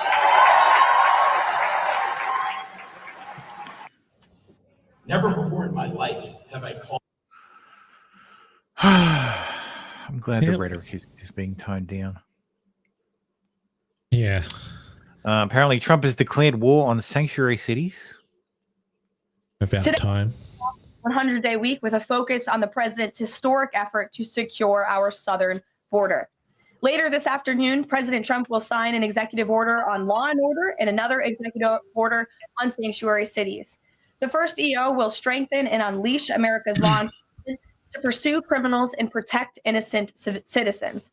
The second EO is centered around protecting American communities from criminal aliens, and it will direct the Attorney General and Secretary of Homeland Security to publish a list of state and local jurisdictions that obstruct the enforcement of federal immigration laws. After these are signed, the president will have signed more than 140 executive orders already, rapidly approaching the total number signed by the Biden administration over the course of 4 years in office. I just want to say, I really wish the Trump administration was at least 20% more competent. Oh, they are. So after Trump's been in office 100 days. Arrivals at the border have dropped to basically nothing. That is an incredible success. Yeah. And yet, opinion polling shows the public's opinion of his immigration efforts have dropped. And it's all because of stupid shit. Stupid fucking mistakes. But do you believe those polls? Yeah. Opinion polling, yeah, sure. Are you sure they're just not seeking out opinions and not the actual general public? No. You see trends. His performance was high on immigration. It was the only thing he was really good on. And now when they are if similar people are asked, they're like, oh no, he's bad on immigration. And it's like, dude, and it's because they're focusing on the Kilmar, the Maryland father bullshit. And make no mistake, it's being pushed by the media because it works, because it damages Trump. Yeah. But it's an own goal. Like all of this shit, all of these are self-inflicted wounds. Like you can blame the media all you like, but at some point you have to take responsibility. You have to say, yeah, okay, our bad. Like we're doing it. We're being sloppy. We're cutting corners. We're rushing. Like we're fucking up. We're the Keystone Cops. Like at some point it's your own. It starts to become your own fault. Like if you can't get out of your own way to do stuff. No. I've been at this for over 40 years. I worked for 6 presidents, starting with Ronald Reagan. Every president ever worked for took border security seriously, because you can't have national security if you don't have strong border security. We got to know who's coming in, what's coming in, where's coming in, why it's coming in, right? Even President Obama and President Clinton took some steps to secure the border because they understood national security was important. Joe Biden was the first president in the history of this nation who came into office and unsecured a border on purpose. That's just a fact. Costi says this cannot be executed perfectly. It takes only one misstep and the media will blow it out. You can't win no matter how careful you are. I don't necessarily believe that. I think if you actually plan and media is going to blame him. Doesn't matter what. Yeah. The Abrego stuff feels so easy. Slow. Like if you believe, like if you can actually prove he's MS-13, then you get it all out there beforehand. Like you nail this stuff beforehand. You explain this stuff to the president, so he doesn't go out and say, no, it literally says MS-13. Yeah, that's a briefing. You explain to Trump, like this is what you say, Mr. President. You explain that they don't actually write MS-13 on their knuckles. They don't do that anymore. They used to do that, but we figured that out, and they figured out it was bad, and we would ship them off. But now they're very sneaky, very, very sneaky people. So they have the marijuana leaf is the M, obviously. The smiley face is S. Yep. S for smile. The cross looks like a 1, so that's a 1. MS1. What do we got next? 3. It's the skull. Doesn't make a lot of sense, but a skull has 2 eyes and 1 mouth. 3 holes for the number 3. MS-13. Clear as day. And you media, you blow it up. I try to make it simple. We put the numbers on there to explain to people. And you say, it's photoshopped. It's fake news. It's not fake news. It's true news, real news. We handed the Biden administration, after President Trump's first administration, we handed the Biden administration the most secure border in my lifetime, and he unsecured it on purpose. Now, President Trump and this administration here, the success is unprecedented. We beat Trump's first administration on border success. Border numbers are historic low. Today, as I'm standing here, we have the most secure border in the history of this nation. And the numbers prove it. President Trump's policies are saving lives every day. There's been studies done that says 31% of women that make that journey through use of cartels get sexually assaulted. When President Trump has illegal immigration down 96%, when 96% less people are coming, how many women aren't being sexually assaulted by the cartels? How many children aren't dying making that journey? How many women and children aren't being sex trafficked into this nation? How many known suspected terrorists aren't making it into this country? How many pounds of fentanyl isn't getting into this country to kill young Americans? Kenny says, greetings, fellow deportation enjoyers and family splitter uppers. How many Maryland fathers are we getting rid of today? 10. Because he says, come on, they just flat up made shit up about him last term. Yeah. And most of us saw through it. So, but they're the small errors that his people aren't briefing him for properly. That the media are currently latching onto. Like, it literally says MS-13. Someone should have briefed him. This is what it says. We put this on here. We've added these MS-13. We've added that, and this is what these symbols mean. Okay, so and all that. That's all they had to say to him, and he wouldn't be arguing with a reporter like, "No, you're wrong. It literally says it." But no, it doesn't. Yeah, it's just bad. It's bad staff work. Like that's what it is. It's just bad. Yeah, and that's the 20% you're talking about. Yeah, 20% better, and that would be that staff work taken care of. Yeah. How many women and children aren't sex trafficked? Under Joe Biden, sex trafficking is up 600%. We had 4,000 aliens dying making that journey. We had 250,000 Americans dead from fentanyl that came across the open border. President Trump's policy saves lives every day. Even the border wall saves lives. Also, not paying people via USAID. Well, yeah, turning off that tap. You were turning off that tap is probably the best thing Elon did.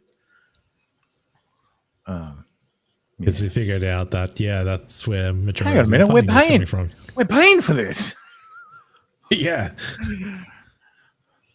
So the president signed an executive order just this week threatening to defund sanctuary cities for their policies. Why not just arrest the leaders who are harboring and shielding illegal aliens, actually terrorists, from deportation? Wait to see what's coming. So,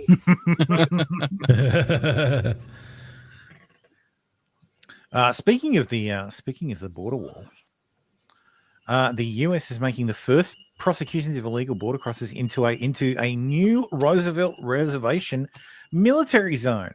So the Roosevelt Reservation is a 60-foot wide area that was earmarked as a federal reserve area. So like a national park kind of deal. And it was essentially to protect the border. So there's only a few parcels of privately held land that abut the border directly. The rest is this Roosevelt Reservation. What Trump's done is he's given it to the DOD, and the DOD's classified it as a military base. Nice. So there's a 60-foot wide military base that stretches from the border to 60 foot away from the border on the American side. So now, if you illegally enter that area, you're not only illegally entering the country, you're illegally entering a military base. You're literally trespassing. So the first 28 illegals have been charged with entering a restricted military zone. This isn't just border crossing anymore. It's trespassing on a military base. Oh my God. Nice. Let me break it down for you. Remember the Roosevelt Reservation, that 60-foot strip along the border is now it's now a military zone in California, Arizona, and New Mexico. Defense Secretary Pete Hegseth dropped this warning. Any illegal attempting to enter that zone is entering a military base. That's other level. What do you think would happen what do you think would happen to you if you trespassed on a military base? Bang, stop or we'll shoot. We're talking a potential 10-year sentence for anyone trying to sneak through. This ain't catch and release. The stakes have got much higher. This gets bigger though. DoD plans to expand these military zones along the entire border. This is just phase one. The real show hasn't even started. Of course, the ACLU is already crying about it, calling it a dangerous erosion of constitutional principles. Sure, because securing our border is somehow unconstitutional now. Hexeth Gnome ordered to take all appropriate action for more physical barriers, so they're going to finish the wall.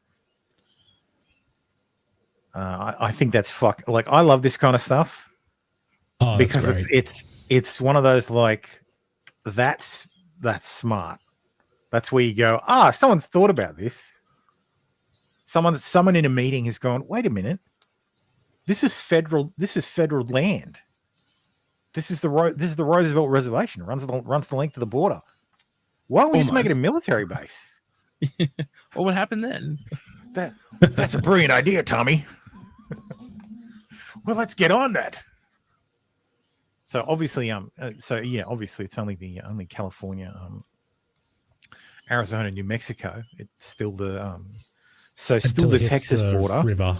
Because in Texas there are cities that are actually right up on the border, and like Eagle Pass is right up against the border, and properties that there's private properties that are held that are right on the border on both.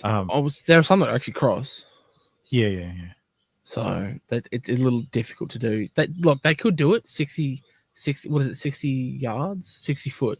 They could be like, look, we want 60 foot, and you've got perpetual use of the land, you only, and anyone you authorize. Like there are ways to do that with private property and stuff. But yeah, well, you have like being Texas, you have a like, no, you have a 3 foot wide gap that goes through that you're allowed to use. Yeah.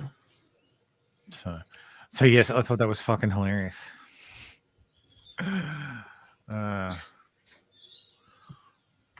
So guy films himself going down a zip line during recent jihadist terror attack in India while people are actively being killed below.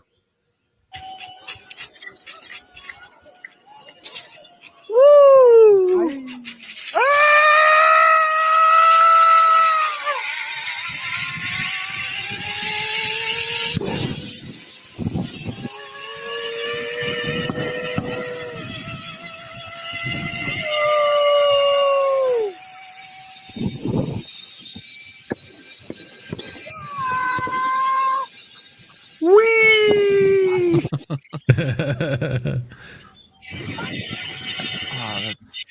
That's bad.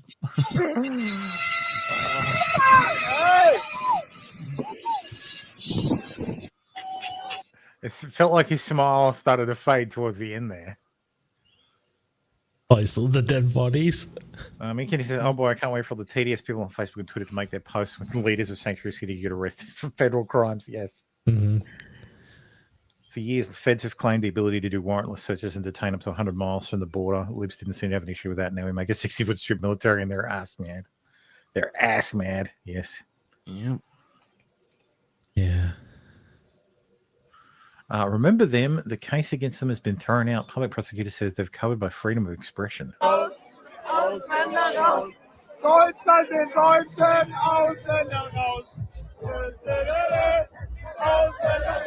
I don't remember them at all. What are they even saying? Oh, it's a German song. It's a pro-German song. Oh, okay. German for Germans, foreigners out. Singing on slide covered. Oh, okay. So singing the song is fine. Congrats. Mass blackouts in Spain, Portugal, and in part of France. Every single part of digital life, from shops to traffic lights, hospitals, airports, phones, and trains, all down. Well, yeah, if the train's electric, it's not going anywhere. Yep. Ausländer raus!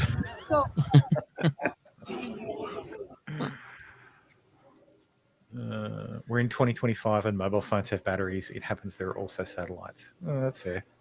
Yeah, but most mobile phones these days don't connect to satellites. Yeah. And most ground stations, like cell towers, they have battery backup, but their battery backup is for triples. Well, for here it's for 000. Yeah. They don't battery backup for fucking. Oh, hey Janelle, how you doing? There was like fucking. There it is. Ooh. Ooh. Damn.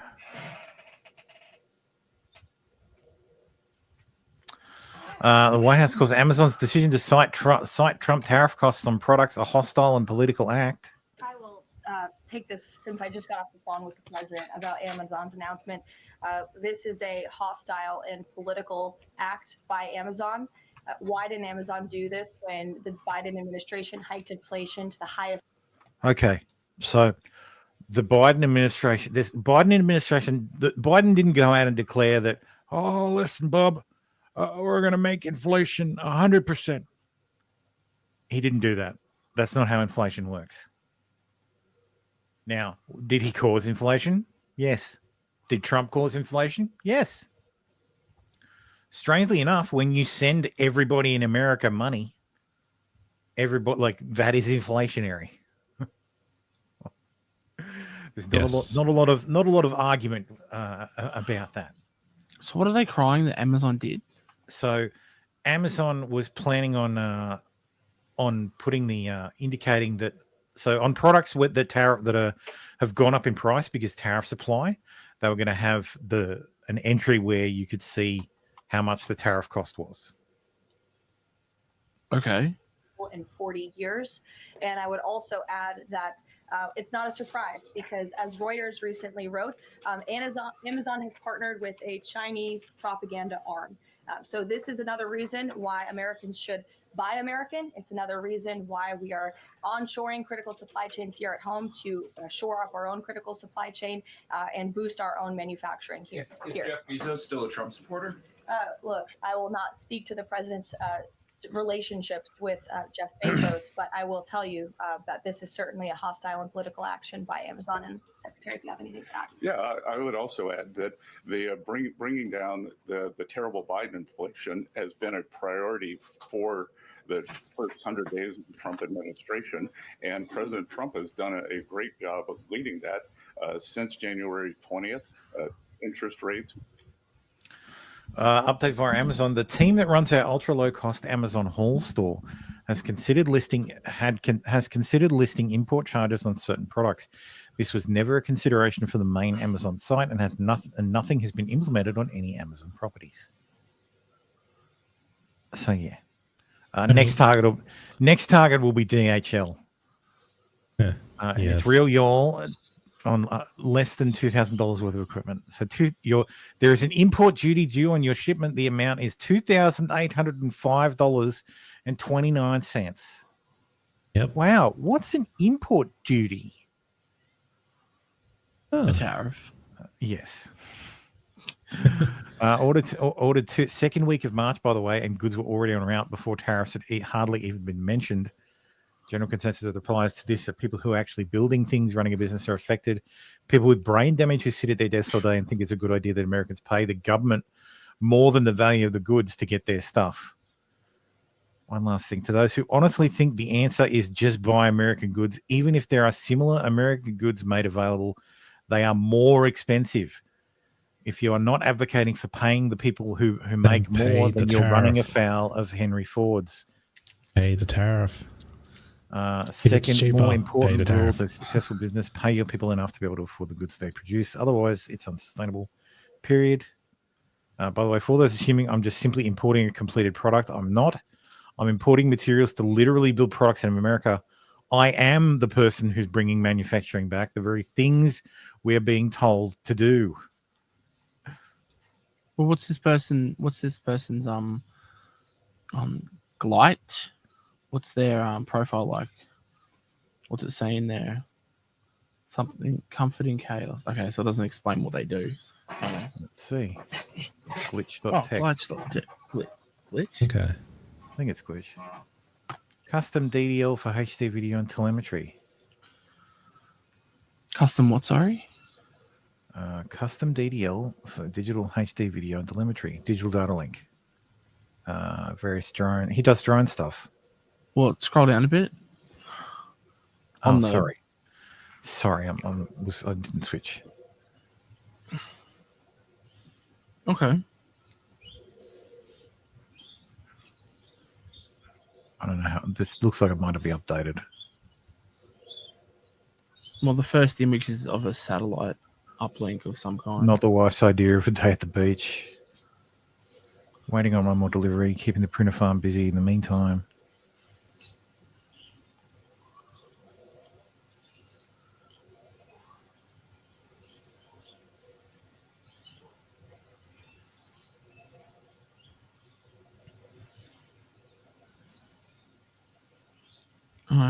Is a follow-up on the video that I did on tariffs. I'm very surprised because from reading the comments, it looks like about 50 or 60% of the people actually listened to what I said in the video. I put very, very detailed timestamps that go over exactly where I discuss every single point that I knew somebody was going to bring up. I would say half of the people actually listen. Which Torrenvis says, it's not like the GST is paid on every imported component. There's supposed to be a notification period too before the tariffs took effect, holiday on stuff already shipped. Yeah. Mickey says, I just saw someone in a 3D printer group that ordered a printer mad about the tariff charges from Amazon orders shipped from China. He wasn't informed about it until it hit customs. Yeah. Yeah, that's pretty fucked up. Yeah. He does have TDS, but it's not Trump derangement syndrome. It's tariff derangement syndrome. Which again, it is YouTube, so that did surprise me. And today I wanted to read a post from the Letters to Lewis channel in my Discord that went over one story that just kind of punched me in the gut. In your video, you mentioned the little guy. Well, I work on an open source hardware project. I've spent the past year and change making it more economical to get it machine assembled to reduce the price because a large majority of the cost of just buying one from someone was that it required so much hand assembly. I figured out the pricing, found suppliers, etc., and started taking pre-orders so I could get a decent quantity discount on the pricing in an attempt to hit my target selling price. As the pre-orders came in, I purchased the important parts that frequently went out of stock so that once I had enough, I could just put in the production order without having to wait for components. I just finished validating the design at the start of this month, which, as you know, is right when the tariffs hit. I would now have to lose over $50 per order to fulfill them, and I can't refund people because they spent the money on the components already. Here are the actual numbers on the cost of the PCB assembly service, and most of the components on those boards pre and post tariff. Pre-tariff total, $7,391.12. Post-tariff total, $18,762.94. Those prices are not all inclusive. Some stuff I have here already, others are from another supplier, but that's the bulk of the cost. To make it worse, the quantity and order volume I used to price things assumed that I used the entire margin plus my own money to actually place the order, as I was banking on the idea that once I had stock, more people would buy it than when there was a pre-order. I was asked by a few, why don't you just get it made in the USA then? The answer to this is actually pretty simple.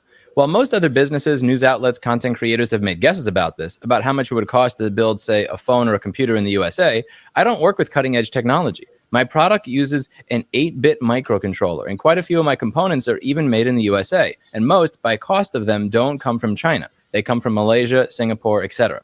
This means that I don't have to theorize or try to guess how much it would cost to do at least more of it in the United States. I can literally check because there are factories already in the United States that do this kind of work. In fact, I checked on this before the tariff situation ever happened, as I thought it would be cool to have it made in the USA.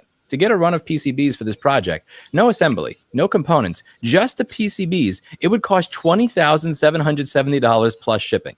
That is $20,000 US just for the PCBs. I'd still need to buy the components and have the PCBs assembled, which, remember, I just said the assembled boards with components from China were under $19,000 with the tariffs. That means I would need to charge people more than the cost of getting a new mid-tier gaming computer for something with an 8-bit microcontroller. Who would buy that? No one. That's who. It was already a tough sale at $230. I'm trying to get the price down to $150 or less, and now with the tariffs, I'd have to sell it for $390, assuming I get hit with the relatively more favorable 145% tariff. If I instead have to pay the 175% tariff, I would need to charge $430. Nobody would buy that. I'm just a maker. I don't do this for a living. I give the designs for most of my stuff away for free to anyone who wants them. The money I made off of this would be to use to buy equipment to cover the cost of prototyping new boards, projects, revisions, etc., and for components and such. However, someday this could have turned into much more, but now it seems like I'd have to stop and give up. I feel really bad for the people who ordered from me, because now I can't deliver the thing I promised them, and I can't refund them with money I don't have. The only thing I can do is ask for their patience and hope the tariffs go away. While they seem to be understanding for now, I'm not sure how long that will last. Also, me saying people won't pay isn't a guess. I raised the prices on my site as soon as the tariffs were announced, and I haven't had a single order since, not even for the stuff I have in stock. Now, the first few things I want to go over. In the comments of the video that I did, there were people saying, I'd pay more. And one of the things that I said in my video is, no, you won't. I have enough experience with customers when I'm selling them something that costs $200 to $300 and I listen to the haggling and the back and forth I have with them to know that they are not going to purchase an inferior product for $1,700. And this gentleman, who did not raise his price by 500% or 600%, but raised his price by 100 or 200%, is noticing that he has zero sales. Now, there is the elephant in the room that I have to mention as somebody who does consumer advocacy. You can't bill people for stuff that you don't have yet and expect it to go well. You shouldn't do that. And if you're going to bill people for stuff you don't have yet, you have to have the money aside to refund them in case things go wrong. Not having the money aside to refund people, if you're not able to provide them with the stuff that you don't have, is not Trump's fault. It's not Congress's fault. It's on you. Because again, the people are going to bring that up, and that's a 100% fair criticism. You can't do business like that. At the same time, when people are asking, why don't you have this done in America? Why don't you have it made in America? He is making it very clear why he will not, because if he does, you will not buy it. 0 people have purchased this product. And in the video that I did, where again, like 50. So there've been a couple of companies that actually did like A/B testing.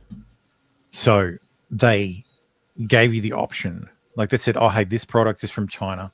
Like this is before the tariffs, when they were talking about the tariffs. A couple of websites added like a second option. Like there was a made in China option, and then there was a made in the USA option. And the made in the USA option was $50 more. Like $50 more for like a $300 product. Nobody clicked on the made in the USA product. Nobody. Like the only sensitivity that people have is price sensitivity. Yeah. Like people don't give a fuck where it's made. It's about the dollars in their pockets. And the perceived quality. Also, even that they came from the same place. I'm not saying actual quality. I'm saying perceived quality. Yeah. Like if you look at something and it's $14 and you buy it from Harvey Norman for $200, you're not going to buy the $14 one because it's going to be garbage. Yeah. Even if it comes from the exact same factory. But you buy one that's $50. Same brand, you'll buy the $14 one. Maybe, but Because even then you'll assume the markup is Harvey Norman. But what I'm saying is if you see the $50 one, you go, okay, well, it's 400% markup for Harvey Norman because of all that, but I can get it for $50, so I'll buy that one. But the $14. What I'm saying is people have done A/B testing. The product is identical. The only difference is this one is like it doesn't actually exist. The American product doesn't exist, but they test they do testing. So if you pick the American one, when you go to the checkout, it tells you, yeah, there's no American one. This was just a test. We'll be charging you the Chinese price, or all our products are made in America, but we won't be charging you the extra $50. They charge the Chinese price. Like there've been like 3 or 4 companies that have tried that kind of thing on their customers, and they have noted that nobody picks the fucking made in America more expensive one. Everybody opts for the Chinese one. So, and because there was I watched an interview with someone the other day who basically said she doesn't buy Chinese products ever anymore. But she said it's almost impossible to do. If I go to buy a microwave, they're all made in China. If I go to buy like a washing machine, they're all made in China. Like finding one that's made in the USA is impossible.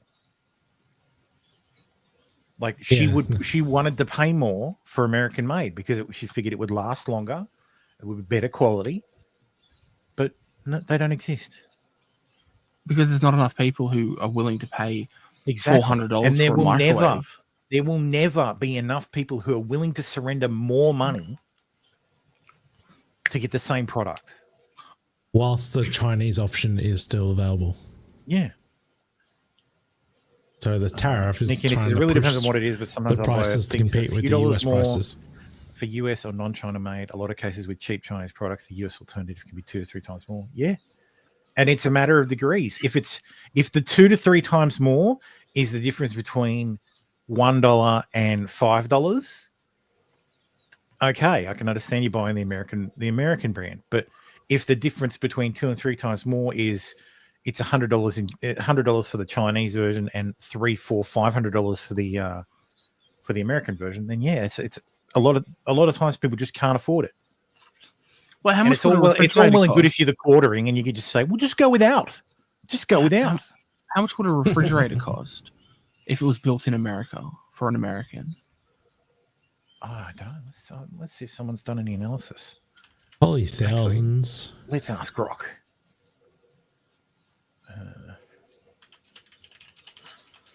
Now, this is the thing too. How much of the refrigerator is made in America? a 100% made in America refrigerator or components. 100%.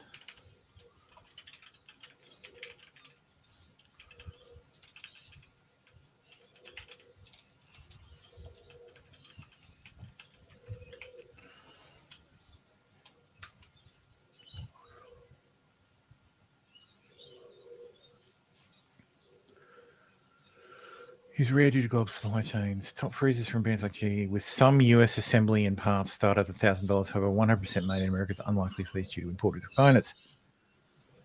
Sub-Zero, a premium brand with most production in the US, offers refrigerators starting at $4,000 and going up to $10,000 for built-in or panel-ready models. These are closer to 100% made, but some that may use minor imported components. Luxury custom options. Viking or Thermador with US manufacturing can exceed $10,000 for large feature-rich models. These are among the closest to fully domestic, but still may not meet the strict 100% criteria due to global sourcing. Thermo, your microphone's gone underwater. Has it? Is that better? It's not by much. Oh, no. That's weird.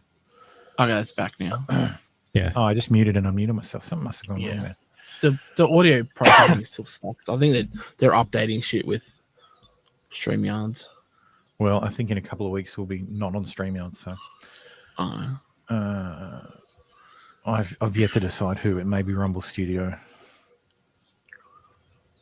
We get to read Rumble ads. So yeah, you can buy a refrigerator for $500. So you can get a $500 refrigerator, or you can get a $10,000 refrigerator if you want an American-made model. And how many? They're on a much different level of quality. Those things are made to last decades, not 5 to 10 like most big box store appliances. Yeah, and that's yeah. the But thing. if you're paying $10,000, sure. But what I was getting at was like I said, $89 from Kay. I hate to say it, but the idea that American-made is better is rarely true anymore, unless it's some artisanal thing. Yeah. Yeah. Well, like I was getting at, like an $89 microwave from Russell Hobbs or LG or whoever, right? Okay, you can save up for that, but you're not going to spend $400-500. Most people, I'd say 99% of people aren't going to be like, oh yeah, the $400 one from whoever, made in America, 100% components made in America. People aren't going to buy that. Well, it's a self-fulfilling prophecy. The problem is the middle class has been hollowed out, and the middle class were the people who would buy the products made in America. Yeah, and now you would work at the factory that makes the microwaves, and you would be able to afford to buy one of those microwaves. Yeah. So, like, do they even make microwaves in America? I doubt it.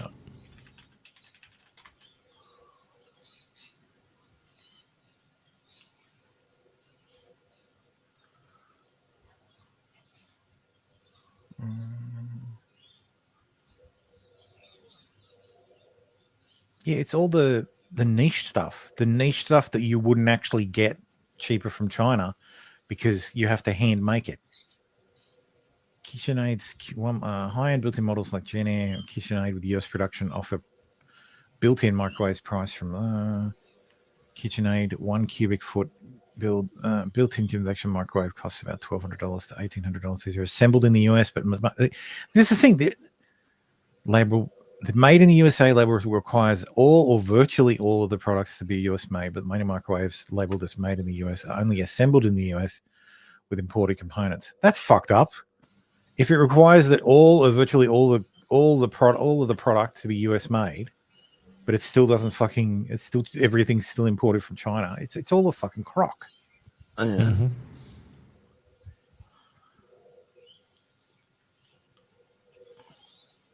Okay, says the reason stuff was good and made to last in the past is we had amazing steel and companies built things that were repairable, and all the parts were standard, so you could go to the store and get the replacement parts. Yeah, you'd open up a component and it would have the wiring guide inside the unit. Yeah, This is how you fix this. Tomorrow says literally they made cheap power non-existent in the US for mass production, while China built coal plant after coal plant. Mm-hmm. Yeah, we should know we sold them the fucking coal.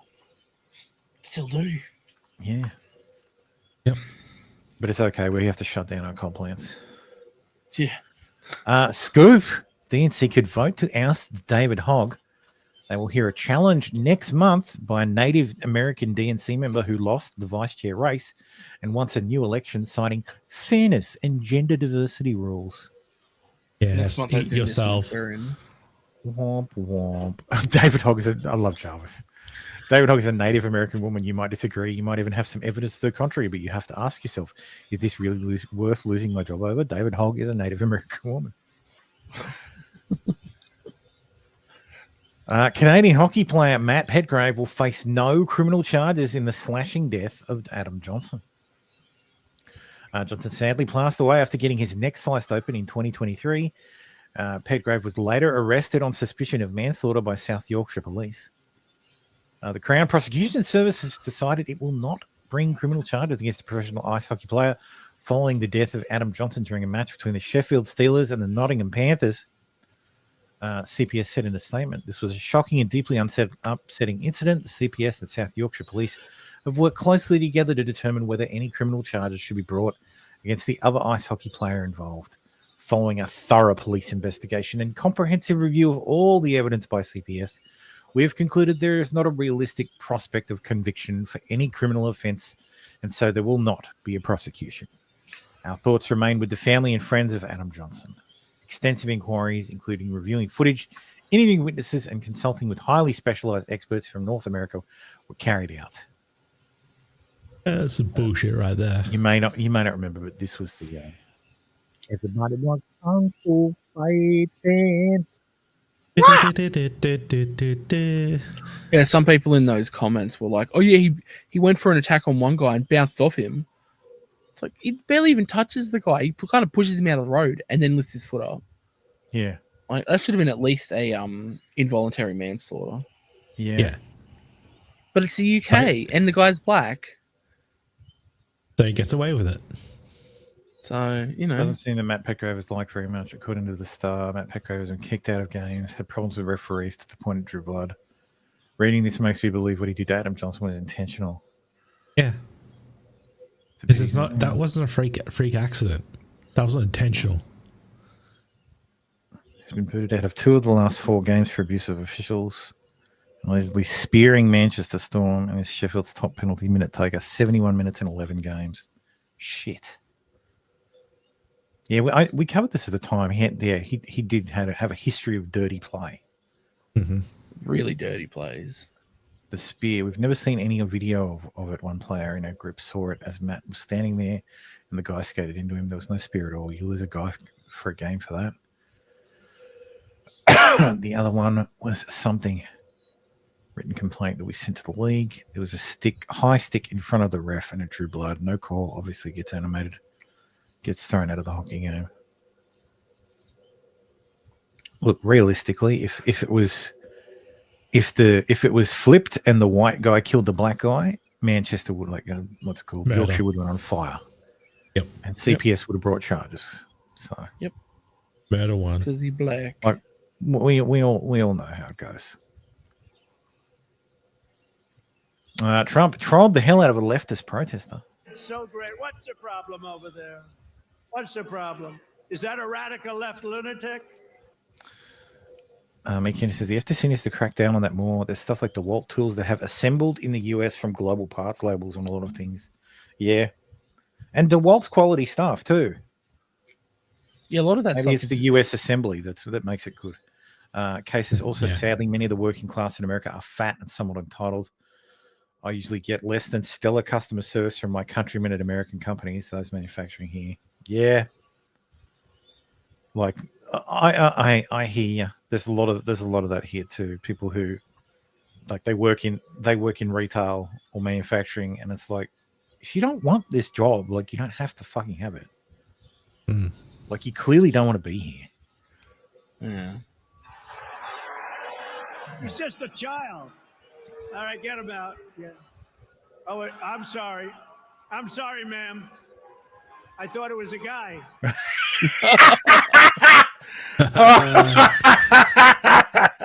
Trump attacks trans woman. To clarify, I mean the FTC needs to crack down on claiming made in the US while they aren't. Yeah, at least the world is honest. Yeah. No, I understood. Yeah, we've got something. I think our system's fairly well. Like it's got a percentage and different like levels. Yeah. Like what is it for food products? I mean, yeah, especially for the food products. Yeah, I actually like our system. Packaged in Australia from local and imported ingredients.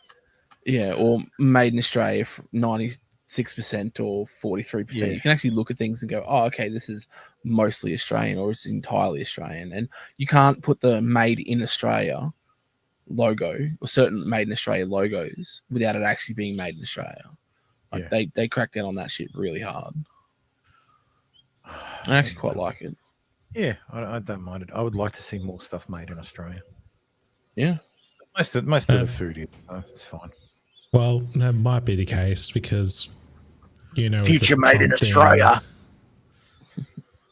Yeah. Anyway, let's talk about Whitey fighting back. Whitey's mad. Rochester, Minnesota. Woman holding her child calls an autistic black child the N-word, as well as the man who records her. You call him a nigger? You call him a nigger, the child? Did you call the child the nigger word? It is my own business. You call him a nigger? Okay, why don't you have the boss to say it right now again? Okay. All right, that's what you say. Nobody digging into your shit. Sorry.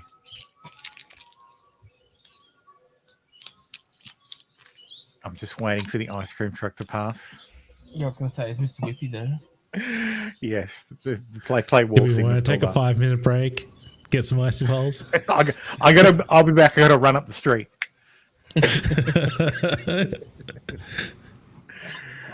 Actually, funny about that. I got I ordered like the ice magic stuff. Oh yeah. The stuff that hardens. It's like you get on a soft serve. I got that, but I got chocolate and honeycomb, and it's horrible. It's I got it because I thought, oh yeah, it's sugar free. That's fine. And it was. I thought, oh yeah, chocolate honeycomb. That might be a nice taste. It's not. Maybe it needs sugar. Terrible. So, very disappointed. That little kid, you call him a nigger? The little child? Little. Are you about to hit him? You chase him here? I love how she's like, well, if he's going to act like one. So that gives you the right to call the child 5-year-old a nigger, the N-word. That's what you're going to. That's a 5-year-old, is it? No, that's very tall. Like 8. Yeah. That is not a 5-year-old. Nah. That's what you're going to call him. That's what he's going to act like. That's a hate speech. And you can be recorded for that. That's a hate speech, and you can be reported. It's a hate speech. Saw. Okay, we'll see about that, what the internet has to say about you. You call him a nigger? I mean, Kenny says, laugh from my ass if this woman is a queen. I don't think there was any confirmation on the kid being autistic, but we can confirm its parents weren't around. Yes, I have seen very few people point that out. I've seen people say, like, oh, the parent and the kids have, like, the kids and, like, the kid and his siblings playing this park all the time. Okay, where's the parents? Where's the and it's pretty clear. Like we know it's not parents. We know it's parent. Yes. Where's the parent? From what I heard, she ain't the dad. The guy is the kid's dad. The pedo is the kid's dad. No, not the kid's dad. No, this is a different person. Seeing is believing. I have never seen anybody be racist. The guy recording is not the dad. It's someone else. Like it's just some guy who was at the park. Allegedly, turned out to be a pedo with his kids. You're burying the lead, man. Get ahead of it. To a child on the spectrum of autism. Autism. Today, this is her. On the spectrum of autism. And look, credit to this person. This is a guy who posted it to TikTok. It's okay because Tizzy is on it. This fat fuck. God help us. She claims that other child took her son's belongings. That's what kicked this off.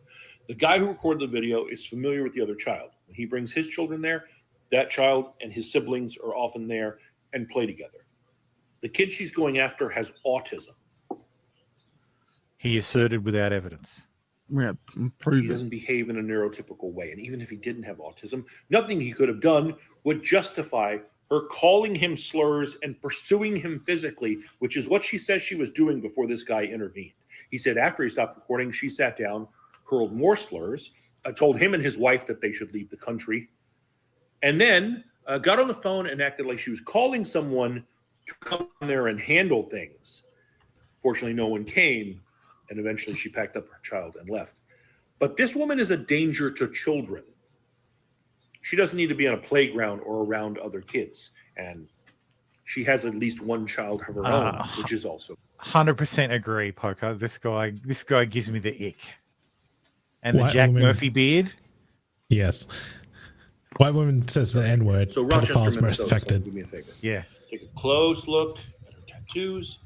You can see her face clearly. Someone please tell me who she is. Why? What are you gonna do, fat man? What are you gonna do, fatty? The memes have been great. This is queen. So she started a Give Send Go, which was a great idea. It is currently up to $574,653. It says, "Help me protect my family. My name is Shiloh, and I have been put into a very dire situation. I recently had a kid steal from my 18-month-old son's diaper bag at a park. I called the kid out for what he was, an N-word. Another man who we recently found out has a history with law enforcement proceeded to record me and follow me to my car. He then posted these videos online, which has caused my family and myself great turmoil. My social security number has been leaked. My address, my phone number has been given out freely. My family members are being attacked. My eldest child may not be going back to school. Even where I exercise has been exposed. I'm asking for your help to assist in protecting my family. I fear that we must relocate. I have 2 small children who do not deserve this. We've been threatened to the extreme by people online. Anything will help. We cannot and will not live in fear. Thank you." Let's see. Update. Hello, where do I even begin? The overwhelming support that my family and myself have received is unbelievable. I've never felt so scared yet reassured in my life. Truly a whirlwind of emotions. We're currently doing okay. No one has been harmed. We're getting by. We're taking the proper procedures in order to stay safe from these constant threats. I'm still very frightened, and I don't think I will feel safe until we can escape completely. I'm so grateful to all of you who have donated to my family. I never would have imagined that we would be supported to such an extreme. It still feels as if it's too good to be true and it's all going to disappear. It's such a strange feeling to be living in a blissful dream and nightmare simultaneously. Thank you all for your continued support and love. We have to keep fighting for safety of all our families and not just mine. What is the largest donation amount? The biggest dono, 10 grand from anonymous giver. 2.5. 2025, 2006.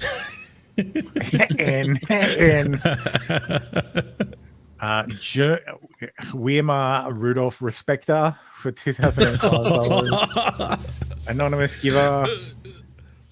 giver. They're all escalating by $1. 1776. Yep. 1500, 1488. 1488. There's two 1488s. 1022, 1001. A lot of big donos there. Speaking of big donos, you can support the show over at supportoftheprecinct.com or send us a super chat or sign up for a membership. Please sign up so we can say the N-word. Please sign up so we can say the N-word, yes. It's 2025 and we're doing white race fundraisers in America with anons named Dead Nigger Baby contributing to them. Yes. Yeah, there it is, Dead Nigger Baby for $15. This guy says, I believe white people have had enough. Son is killed, forgives killer, kicked out of killer's press conference, swatted. Son is robbed, calls thief the N-word, collects $100,000 from gifts and go the next day.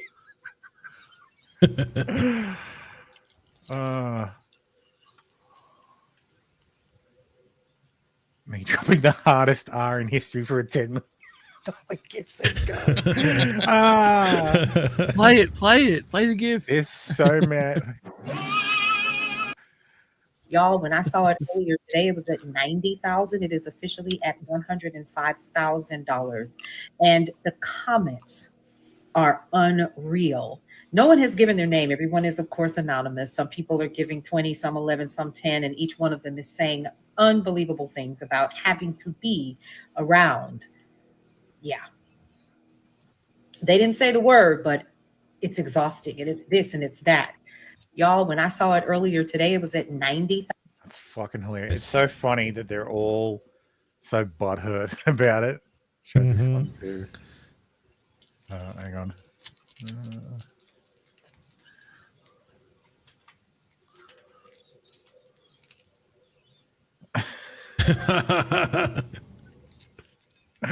I will say N-word to a please send money. But we'll say it to a baby. There's mom Shiloh Hendricks going viral on the internet right now. She told a kid who, by the way, when you actually look at the picture, the kid is like pretty decent sized child. He was rummaging through her bag and stealing her children's, I guess, toys or whatever out of her bag. She tells him to fuck off, essentially, which when you look at the video, the guy filming the video, he's a Somali Hassan, whatever. He's a pedophile, actually. He's going to court in a little bit for raping an underage girl after offering her a place to stay. This is true. This is the this is the guy. Rochester men may have joint trial for alleged rape of runaway teen. Somali named Hussein Muhammad Hussein Omer. So, but the hate speech, Dermo, the hate speech. Hate speech. So that's your great people, and this is just like this is whites having enough of it. We're sick of being bullied in our own country. You have this guy. He's not even from here. He's got a fucking accent. He's a convicted pedophile in a playground in a park. So what are you doing there anyway? He's It's Minnesota. I'm convinced the Somali and now was he's actually trying guilty. to get her life ruined. Oh, this is hate speech. There will be consequences. I'm sorry. This is America. You have free speech in this country. So go and support her. She's got like a gifts and go up. But this is great. This is white people finally being fed up with this shit. And the fact that we have brown people trying to take away white people's rights in a white country when we have the Constitution and freedom of speech, and they come from their shit countries where you can be locked up for hate speech. I just want to point out, you know why the lefties are so mad? It's because of this. She's actually made more than Carmelo. This one's raised 521,000 versus her 591. That's great. I think it's hilarious. This is just disgusting. This is everything wrong with immigrants. This is everything wrong with brown people in our fucking country. And this is why we need to kick them all out. I'm going to stop you right there. I don't think it's all brown. Like it's all brown people, all white people. Yeah, that's exactly right. It's Chris Rock. Chris Rock has a bit in one of his comedy specials. Yeah, I love black people, but man, I hate niggas. Yep, that is 100%. Every time black people are having a good time, some ignorant ass niggas always fuck it up, and it's true. Like it's the same for white people. There's white trash as well. Yeah. Yep. So there's always someone who will come along and fuck it up for you, and those people have got to go. Now this one says Shiloh Hendricks went viral for calling a black child, capital black, the N-word, then raised over $400,000 on gifts and go. That's not free speech. That's funding. hate. Turns out the payment processor behind it is Block Inc. Yes, Square, and they ban hate speech. So if you're mad, don't just talk about it. Hit them where it hurts. The payment processor. Here's how. Gifts and Go isn't just a platform. It's a pipeline for racism. If you're as disgusted as we are, here's what we can do to shut the money faucet off. We're not asking. We're reporting. File a complaint here. Yes. Yes, leftoids. Please do this. Yes. Please go. Please go and get Gifts and Go debanked. Please do it. Do it. Do it. Because as Josh says, I hope they do it so we can finally get every sleepy retard in this fucking country to understand that payment networks, MasterCard, Visa, Amex, Discover, and the payment processors like Stripe and Square are the enemies of freedom, the number one enemy of mankind, and they must be destroyed. It's not over the top too. I fucking mean it. Where would I be today if I could have accepted payments normally for the last 13 years? What would I have invested in? Who would I have met? Who would I have employees? They can never pay me back for the time that's lost. No punishment is too much. 100% agree. If Gifts and Go gets debanked, the backlash will be enormous. Mm-hmm. Especially now with all the you will see legislation written up. Especially, and passed. Especially with all the MAGA crowd who have awoken to all this bullshit happening. Yep. All it takes is a handful of congressmen to realize that this is horrifying. And it's not it. If they get deplatformed, it's bipartisan because Carmelo Anthony's fundraiser is on there as well. Yep. So plenty of leftoids raise money on Gifts and Go as well. So I hope they are successful. Because it may actually trigger a response. So whatever happened to the other platform? The other platform. Do the lefties still use it? GoFundMe. Yeah, they still do. Yeah. So just weird because Gifts and Go was always like the right wing version.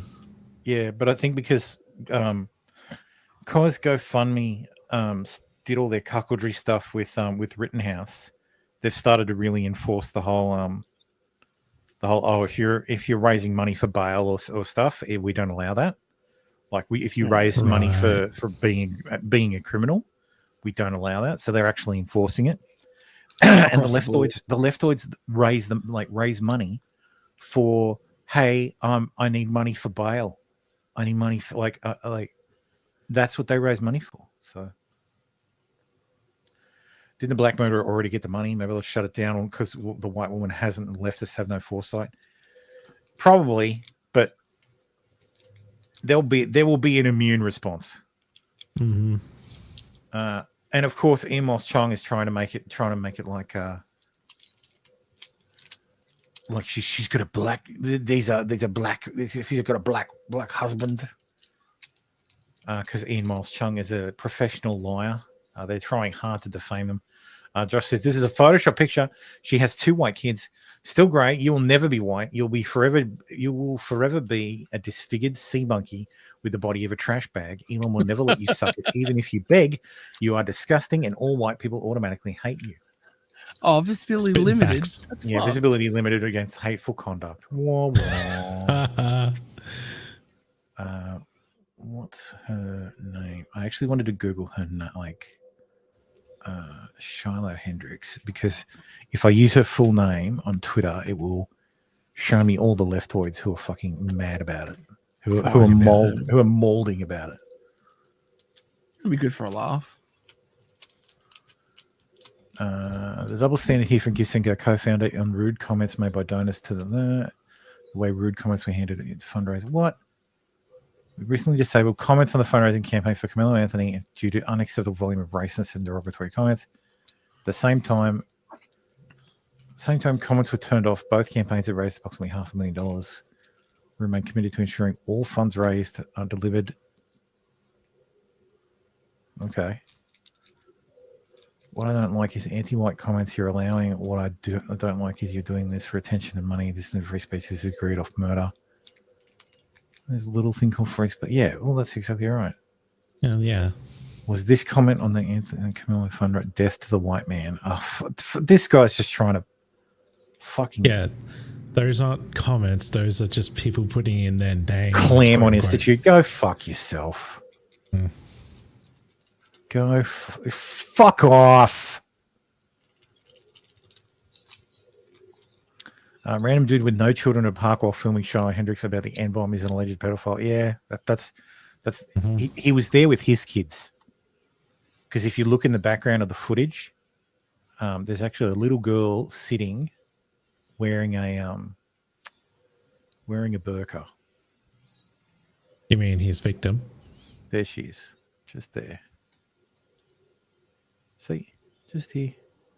If you squint, you can see she's wearing not a burqa, but what's it called? Niqab, hijab. Just a headscarf. Headscarf. Wow. So, and he's Somali, so that makes sense. So actually, that little girl's probably his wife.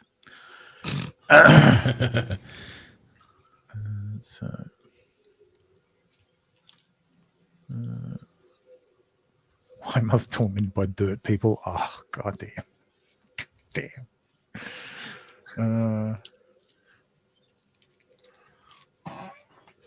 Despite the fact that he committed no crime, it's important to remember that not committing a crime while white is in fact a criminal act. Damn. Free speech, man. The N-word is still free speech. Mm-hmm. After some brief research, I'm going to go ahead and say it's highly unlikely the kid at the center is a 5-year-old. The average height of a 5-year-old is 43 inches. 50 inches is the average height of a 10-year-old. Yeah, the kid's probably 10. Yeah.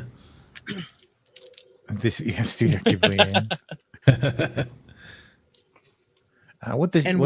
It's in Minnesota. What are the chances he was acting like that? Oh yeah. Oh, 100%. Probably in a black, heavily Somali, heavily black neighborhood. Well, look, I don't think this woman's going to out of nowhere lash out at a kid. I think he probably has like been in a bag or something. And she's at the end of a road. She's just done with it. Yeah.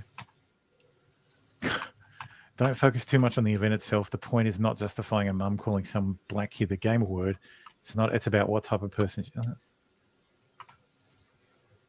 I think we're in the middle of the greatest epistemic resorting unraveling of our lives right now.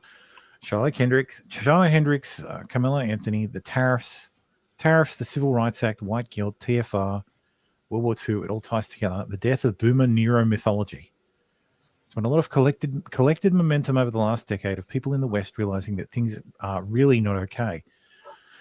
That the world doesn't work as it should. One of the most perturbing are many sets of punitive, unfair, illogical double standards. Which is what Shiloh Hendricks incident is really about, a refutation of one of those double standards. Don't focus too much on the event itself. The point is not to justify a mum calling some black kid the gamer word. It's not about what type of person she is or is not either. What it is really about is symbolically refuting the double standard for how behavior is treated depending on the race of the person.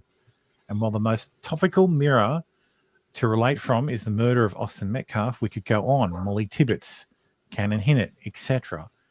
The fact of the matter is there is more shock and outrage at what Shiloh did than what Carmelo Anthony did. The idea that a white person calling a black person a slur is worth more outrage than a black person murdering a white person for petty reasons needs to end. That doesn't make sense. The N-word isn't magic. It's not like some killing word from Dune. And no, black people, whites don't deserve to be killed for using it in anger. Just like Austin Metcalf didn't deserve to get stabbed for telling Carmelo Anthony to not steal from their tent. But the wider problem here is that we have several of these deranged, illogical, and punitively enforced double standards. It's inhuman, it's cruel, and it has to stop.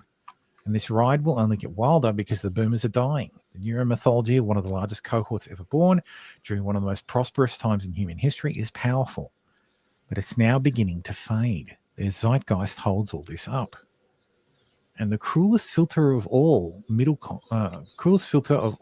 middle-class whites has been that you have to understand how to lie to yourself and accept all these double standards as innately true when they are not.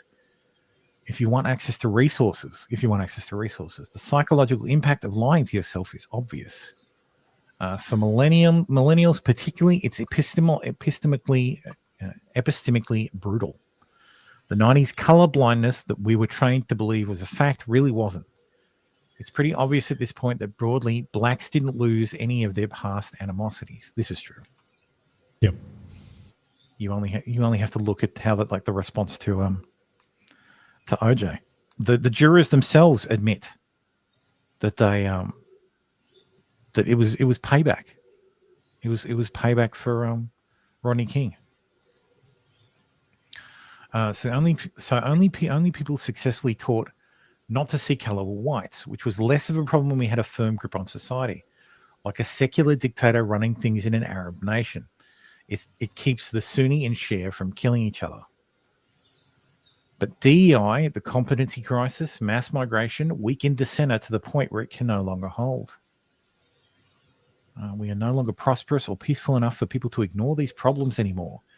You can get away with a lot of inefficiency when you have surplus. The racial issues in America is not the reason these problems exist. However, it is a real problem. It is a real problem, but one cultivated and turned into a cudgel, a punitive instrument of control over the most productive part of the population. What we're actually starting to notice now, however, is that they are being relied on far too much to conceal the incompetence of the inheritors of our system. They're stretching the limits of belief in these systems. Anything is a threat. Anything that is a threat is racist, sexist, fascist. The problem for them is that it's way harder to actually believe everything is sexist, racist, fascist than it is to just open your eyes and see all these problems manifesting in our society right before our eyes. And now a critical mass of people are seeing the punitive system. The good faith of normal people has been used and abused for decades now, with most of them not realizing it. I think enough people are seeing it and have stopped giving a shit. The real problems are more obvious than the cudgel being waved in our faces. Okay, I'm racist. This is hitting a lot of. I'm picking up what this guy's putting down. Enough people now want things to make sense more than we want moral approval of the school moms. If things make sense, we can develop logical paths to fixing our problems. The deranged double standards and psychological warfare must end. You cannot fix emotive insanity. There are many tendrils of this system we've been living inside of over half a century. I only got to talking about one part of it, but every base is covered. Religion, politics, works, race, sex. The only option is to cut the Gordian knot and steel man forward. To rattle off a few things without writing too much further here, but we're in the era where people from 20 to 60 years old are realizing that when Rosa Parks got on that bus, her husband followed it in their car because it was a deliberate act. That's exactly right. They wanted the fight. She had trained at the Highlander Folk School, basically a cadre course for civil rights activists. Most people know by now that MLK Jr. was a philandering sex pest and hip deep with the communists. We're renegotiating tariffs because the deals that had people tariffing us at 40% and tariffing them at 0% are no longer relevant. This again misunderstands tariffs. Very, very few places were actually tariffing the US at 40%. Usually this or that posture on a diplomatic issue is taken in exchange, maybe as a favor to the CIA. You can use Soviet company out of the country as a favor to us, any number of things, like the inverse of paying for a subscription on an old service you don't use anymore. Sometimes you go ahead and reevaluate and cancel a bunch of them or decide what's worth keeping. Year zero for trade deals is a great idea. I agree with that. Everybody, we should have a reset, perhaps some sort of global reset. Maybe it could be a great reset. I'm kidding, of course. Yep, LIBOR sunsetted for SOFR, and now the Eurobanks are going to be in a lot of trouble. Mechanisms we use to generate currency to help them rebuild after World War II, letting them front run us on our own dollar for ages, letting them effectively set the interest rates to a degree. That's not how LIBOR works. It's a fundamental misunderstanding of the LIBOR mechanism.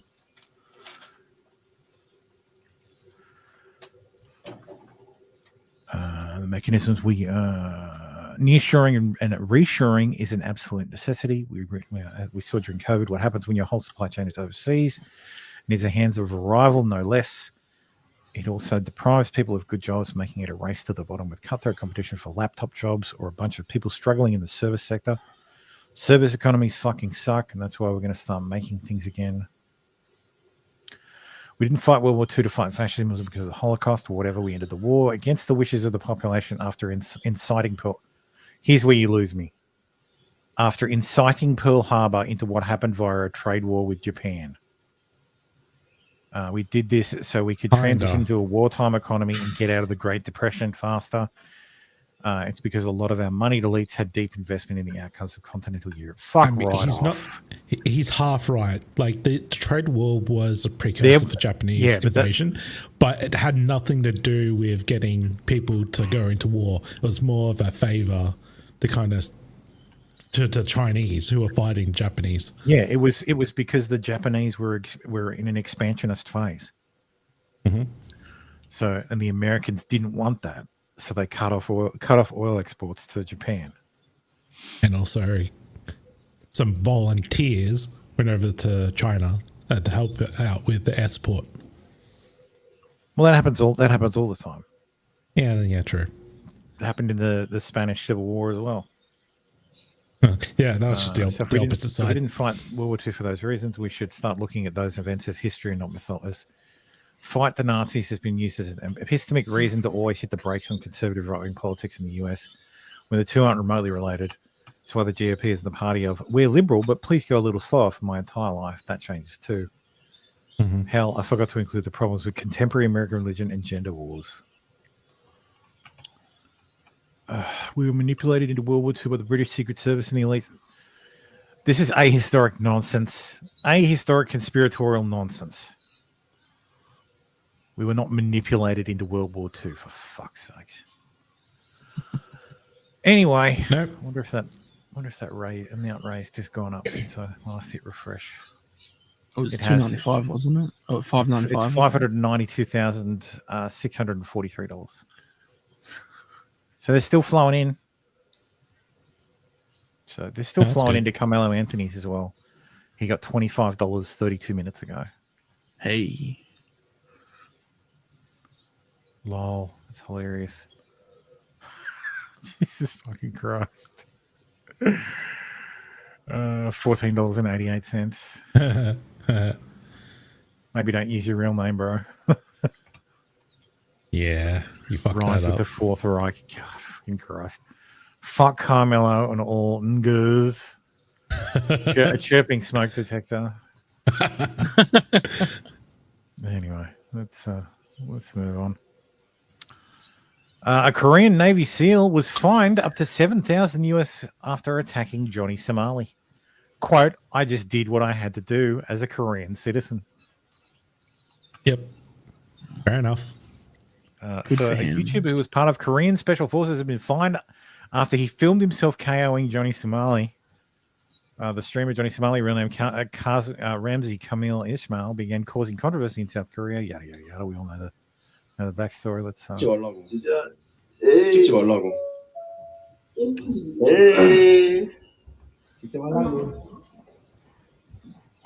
소말리.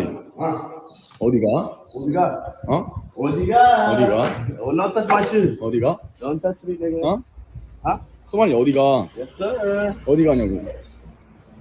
You guys follow me crazy. Listen to you. 어디가? 어디가? What you mean? 어디가? 어디가? What is 어디가? Oh. Yo. Please.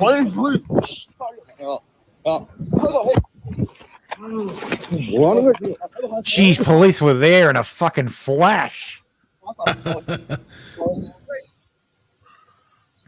They were there in a fucking flash.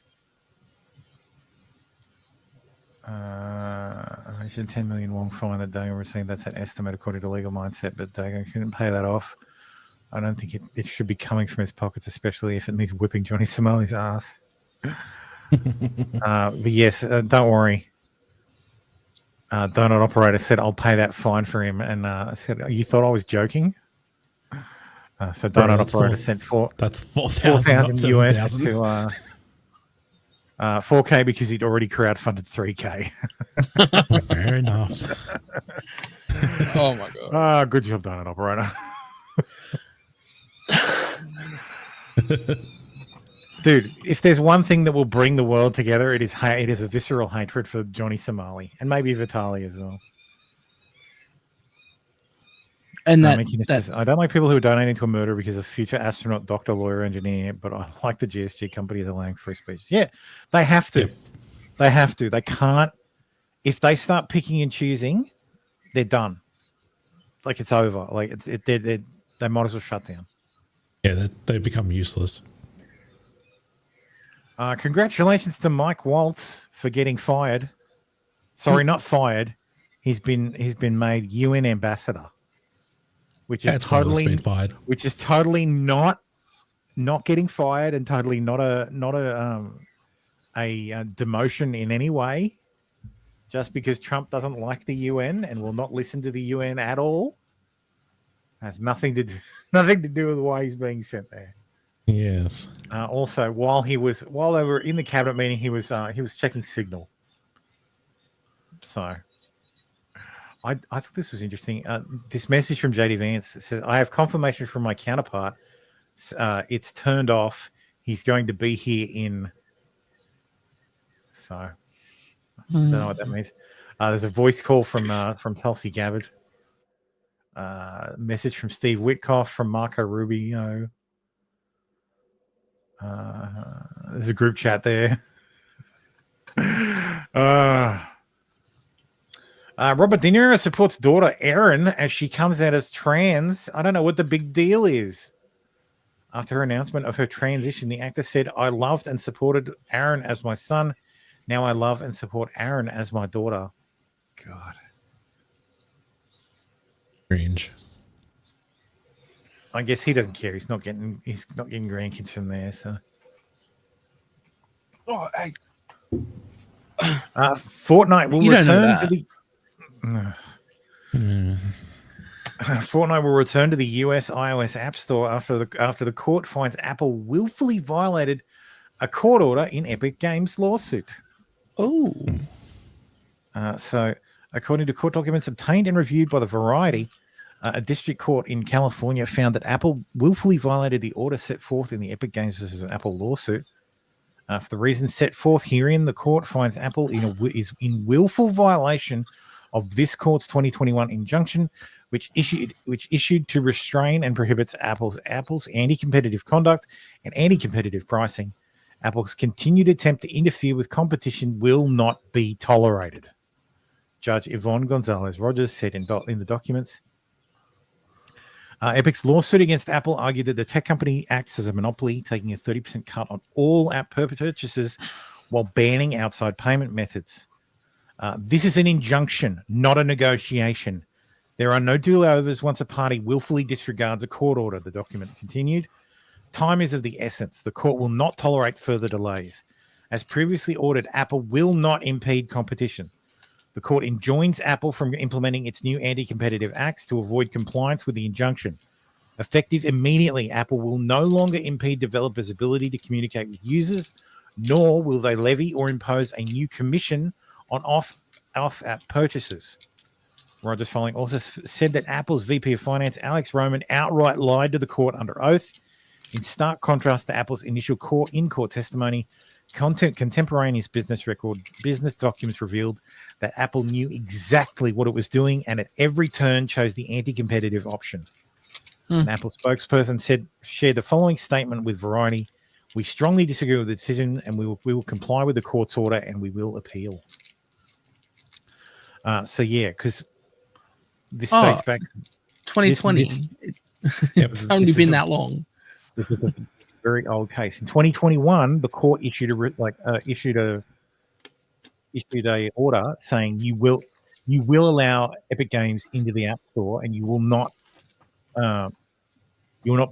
punish them for using an external payment provider. Because that was the thing.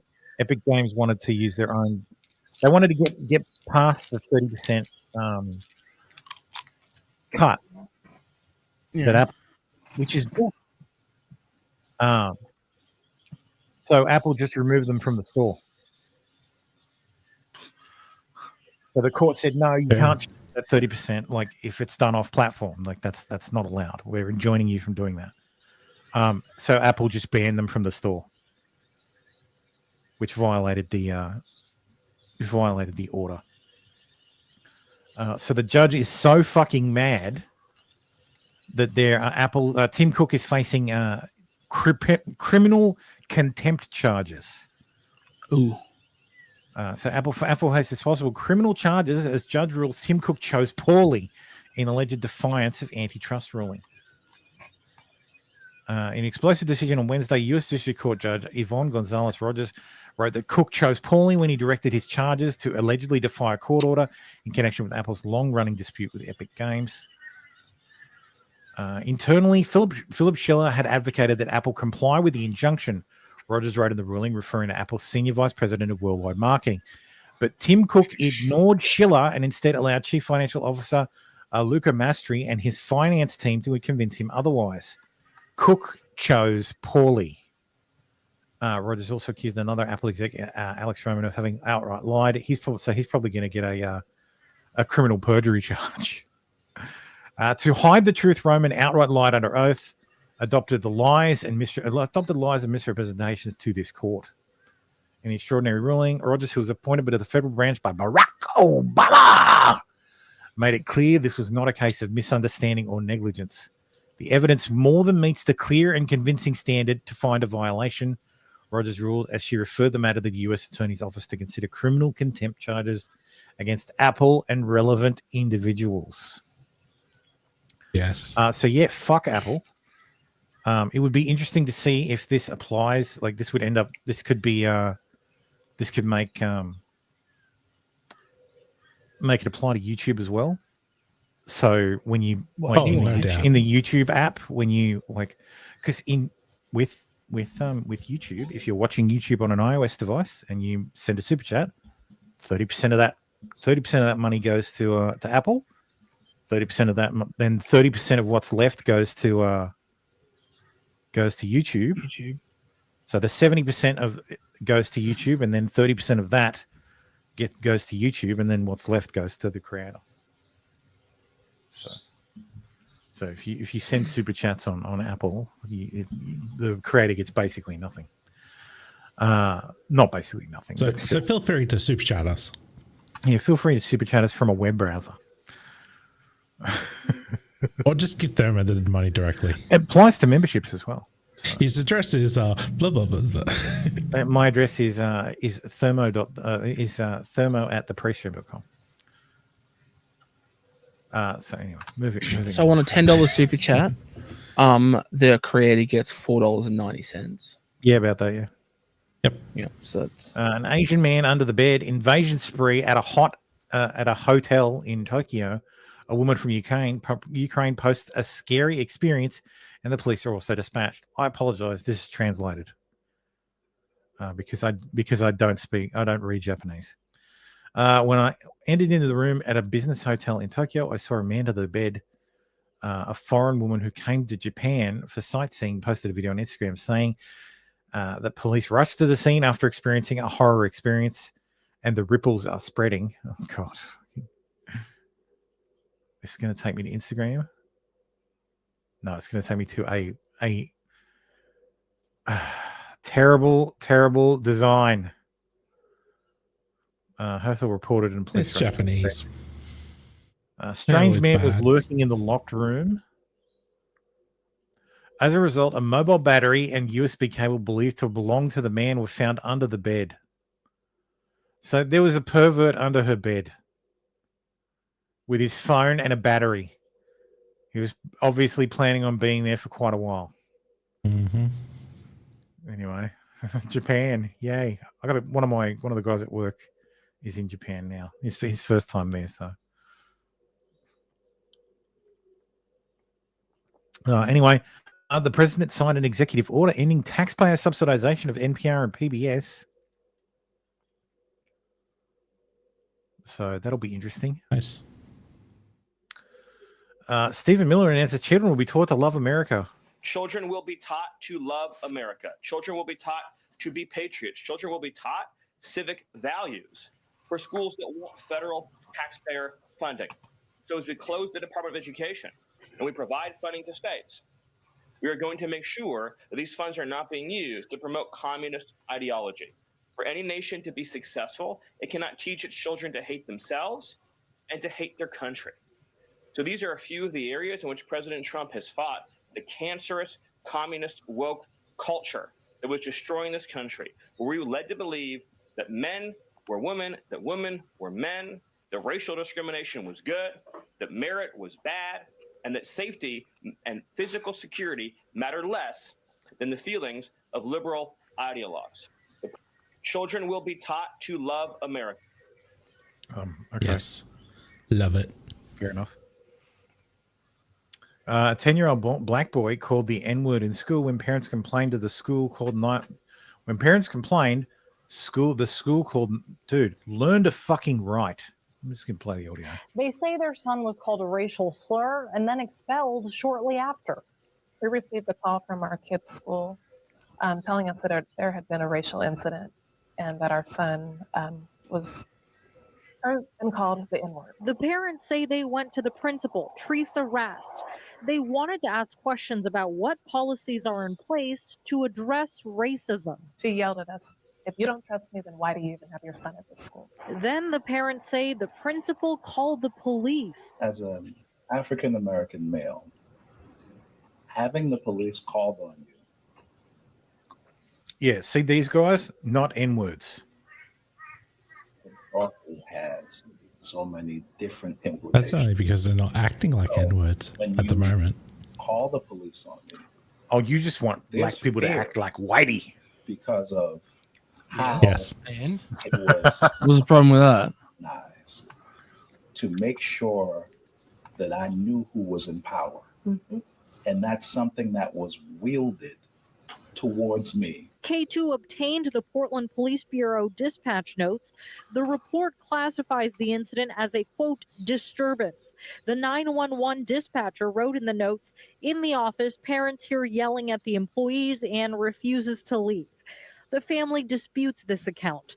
A spokesperson for PPB says it does not appear that anyone wanted to make a police report in the call, adding that the caller said officers were no longer needed after they arrived. We tried to bring all of this to the Archdiocese of Portland and to the Madeline School. No one is available to take your call. This was one of our attempts at reaching them. We're hearing that a student was called a racial slur, and then when the parents asked the principal questions about the school's policy on this kind of thing, the principal called the police on the parents. If this is true, what are you all doing to remedy the situation, and is the principal still working there? In the same week as the confrontation with the principal, the child's mother says she got heart-dropping news. We got the expulsion letter. And that's where his tears and the emotional distress comes from. Because I have to manage a child every day who is punished for just doing the right thing. Jesus. Oh my God. Right now, a petition that demands the Anyway, seems a bit extreme. Kid gets called like an N-word at school, and then ends up getting fucking kicked out of school. Yeah, but was he called the N-word, or was he just? Yeah, well, that's what it says. That? A 10-year-old black boy was called the N-word. Yeah, but according to the parents could, like, we don't know that's actually true. Like, yes, if it went down that way, then yeah, that's fucked up. Well, the school called and said there was a racial incident. Yeah. So I presume they elaborated. But because everybody's afraid of the word, nobody wants to say it.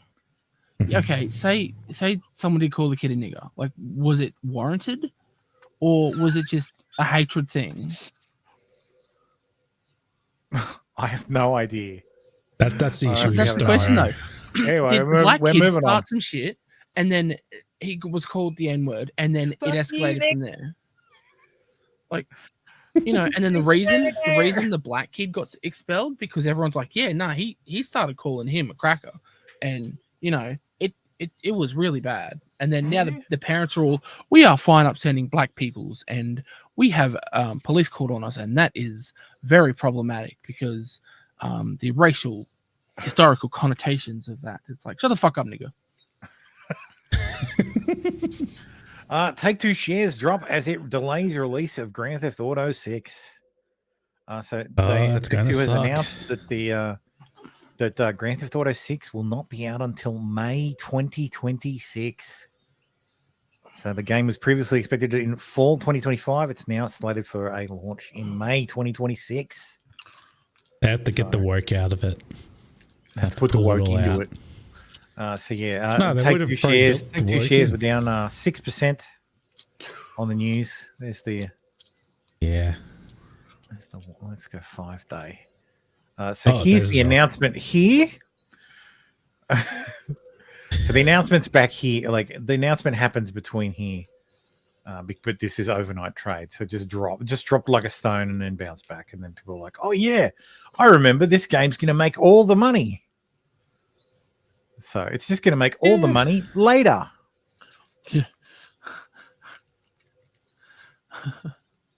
Buy the dip. Yeah, buy the dip. Not financial advice. Nothing in this show can be constituted financial advice. The UK had elections yesterday as well. They had local council elections. The reform, Nigel Farage's Reform Party, won bigly. Damn, they did. Badly. Yeah. Big. Wait, are they running the country? No, this is just council seats. There's only 23 councils. They also won a lower house seat. In a by-election, I think. Was it Farage? No, Farage is already remember full results. Oh, okay. Mayor results. So there you go. You see,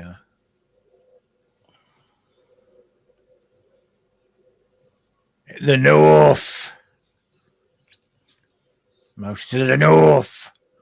And Kent. So the reformer, the King of the North. Yeah, Greater Lincolnshire, Hull and East Yorkshire. Makes a lot of sense. There was a by-election, I think. UK by-election. Grok says you can't buy an election. Bullshit. Nigel Farage takes same. So yeah, the Whammon one. There's a Whammon reform candidate. Oh, Sarah Puchin. Let's see who's Sarah Puchin. Images.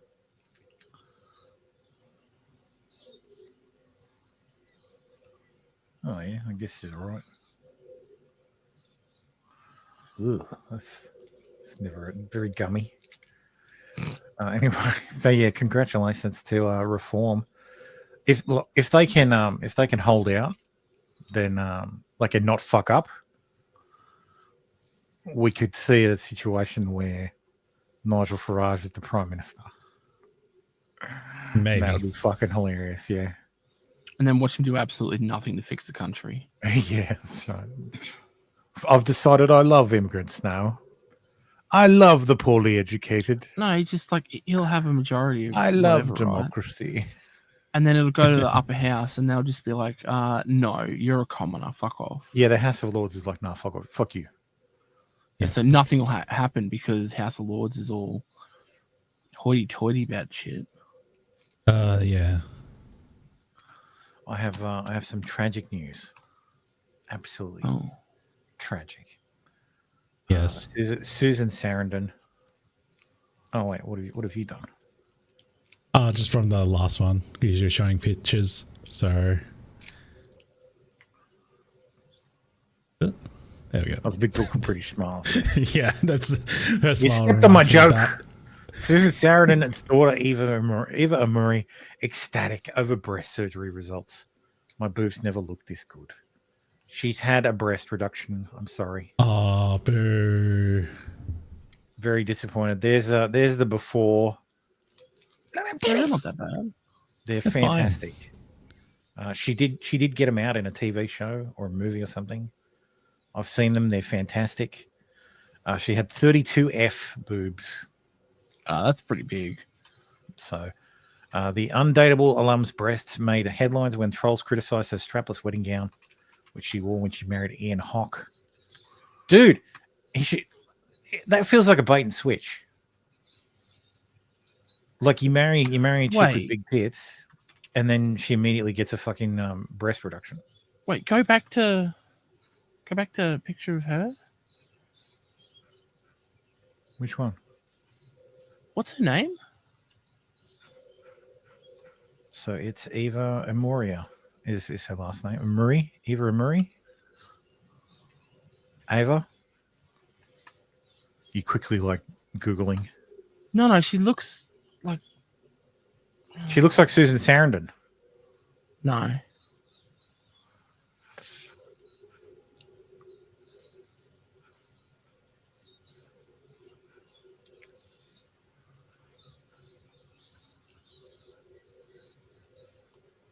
And I think the TV show you're talking about is Californication. What's it? Oh, yeah, that one. Maybe. Anyway, moving on. Teen charged after 3 hurt after altercation leads to shooting in the Westgate Mall. Not to be confused with the Westgate Mall in Melbourne. Kendra, well, first alert out of Spartanburg tonight. Sorry, the Westgate Bridge in Melbourne. Police after a shooting at Westgate Mall last night. We're going to show you Octavian Meadows. Police charged him with unlawful carrying of a pistol and carrying a firearm inside a premises with clear signage prohibiting concealable weapons. Officer Meadows, along with another person last night, after shots rang out near the food court of the mall. Investigators say 2 groups got into an altercation, which led to the shooting. Okay, so it's gang violence.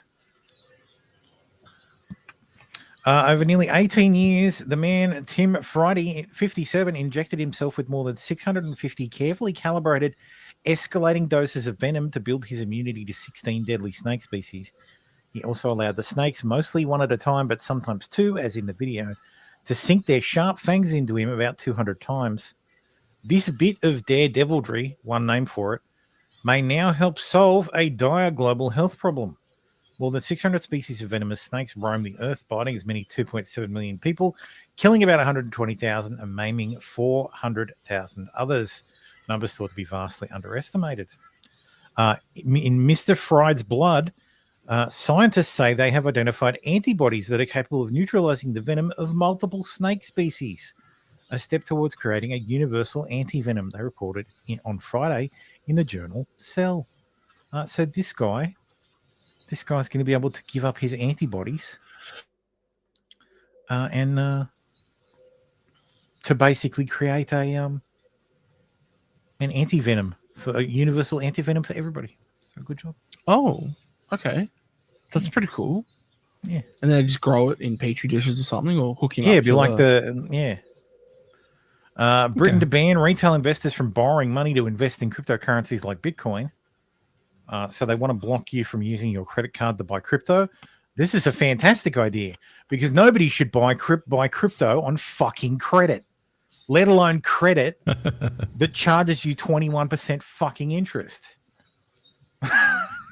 Fucking Christ. You'll still be able to get yourself declared. They've got a special category over there. It's like being declared a sophisticated investor in the US. So you can make elective professional clients is the classification in the UK. You can gain greater investment freedom, but you lose some regulatory protections. Yeah, like institutional investors. Yeah. And finally, is this finally? No, not quite. This is finally for him. Yeah, true. The kerning on the Pope's tomb is a travesty. So here's it's a sentiment also shared by Christopher. No, there's no historical or aesthetic reason why the kerning is so poor, he writes via email, while also pointing out that the inscription was set in Times New Roman and then carved.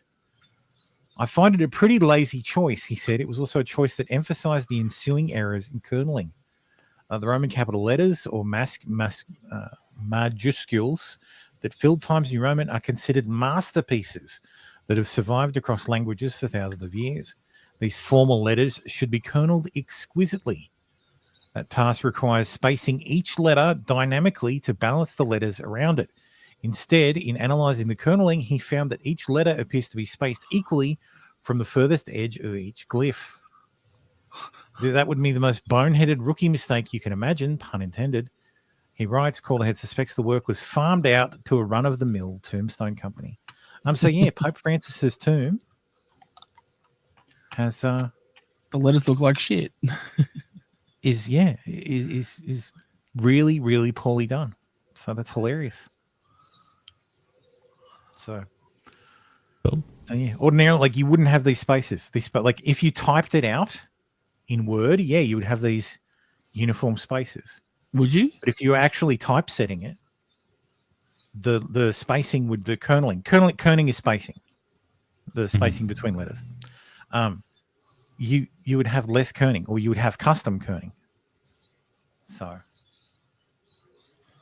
yeah, they ruined the Pope's. They ruined the Pope's tomb. What is it? F-R-A-N-C. Francis.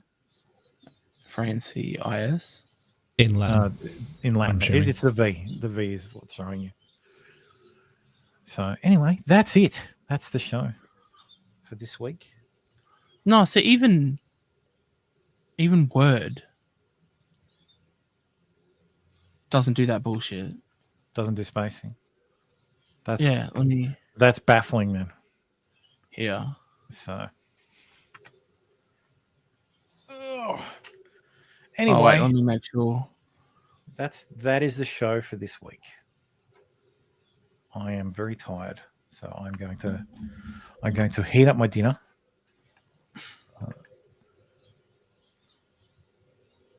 Yeah, no, that's much tighter kerning. Yeah. Mm-hmm. See how the tip of the R touches the A? Yeah, it's not like, but doesn't touch the N. Yeah, that's just basic. Like, I haven't done anything. The C should be in tighter with the N, and potentially, the F and the R should be closer together. I think the biggest makes issue it look nicer with Francis. What they've done is that it looks like they've done that with it. They've put a space between it. It's that bad. But like I said, even Word, it doesn't look as bad as that. So someone's done something retarded. Someone's fucked it up. So yes, we'll be back next week. The weekend after, there will be no show. We're having lunch for my daughter's birthday, so I will not be here. So that's the 18th, I think. I believe so. Yes, the 18th is in 2 weeks. So yes, show next week, no show the week after. So I will remind everybody next week as well. So don't worry about that. So yes, anyway, have a Pope Francis being a DEI hire. Yeah, they hired someone using DEI, and that's why the letters are all fucked up. So yes, have a great week, everyone. We'll see you next week. Bye. Have a good one. Later.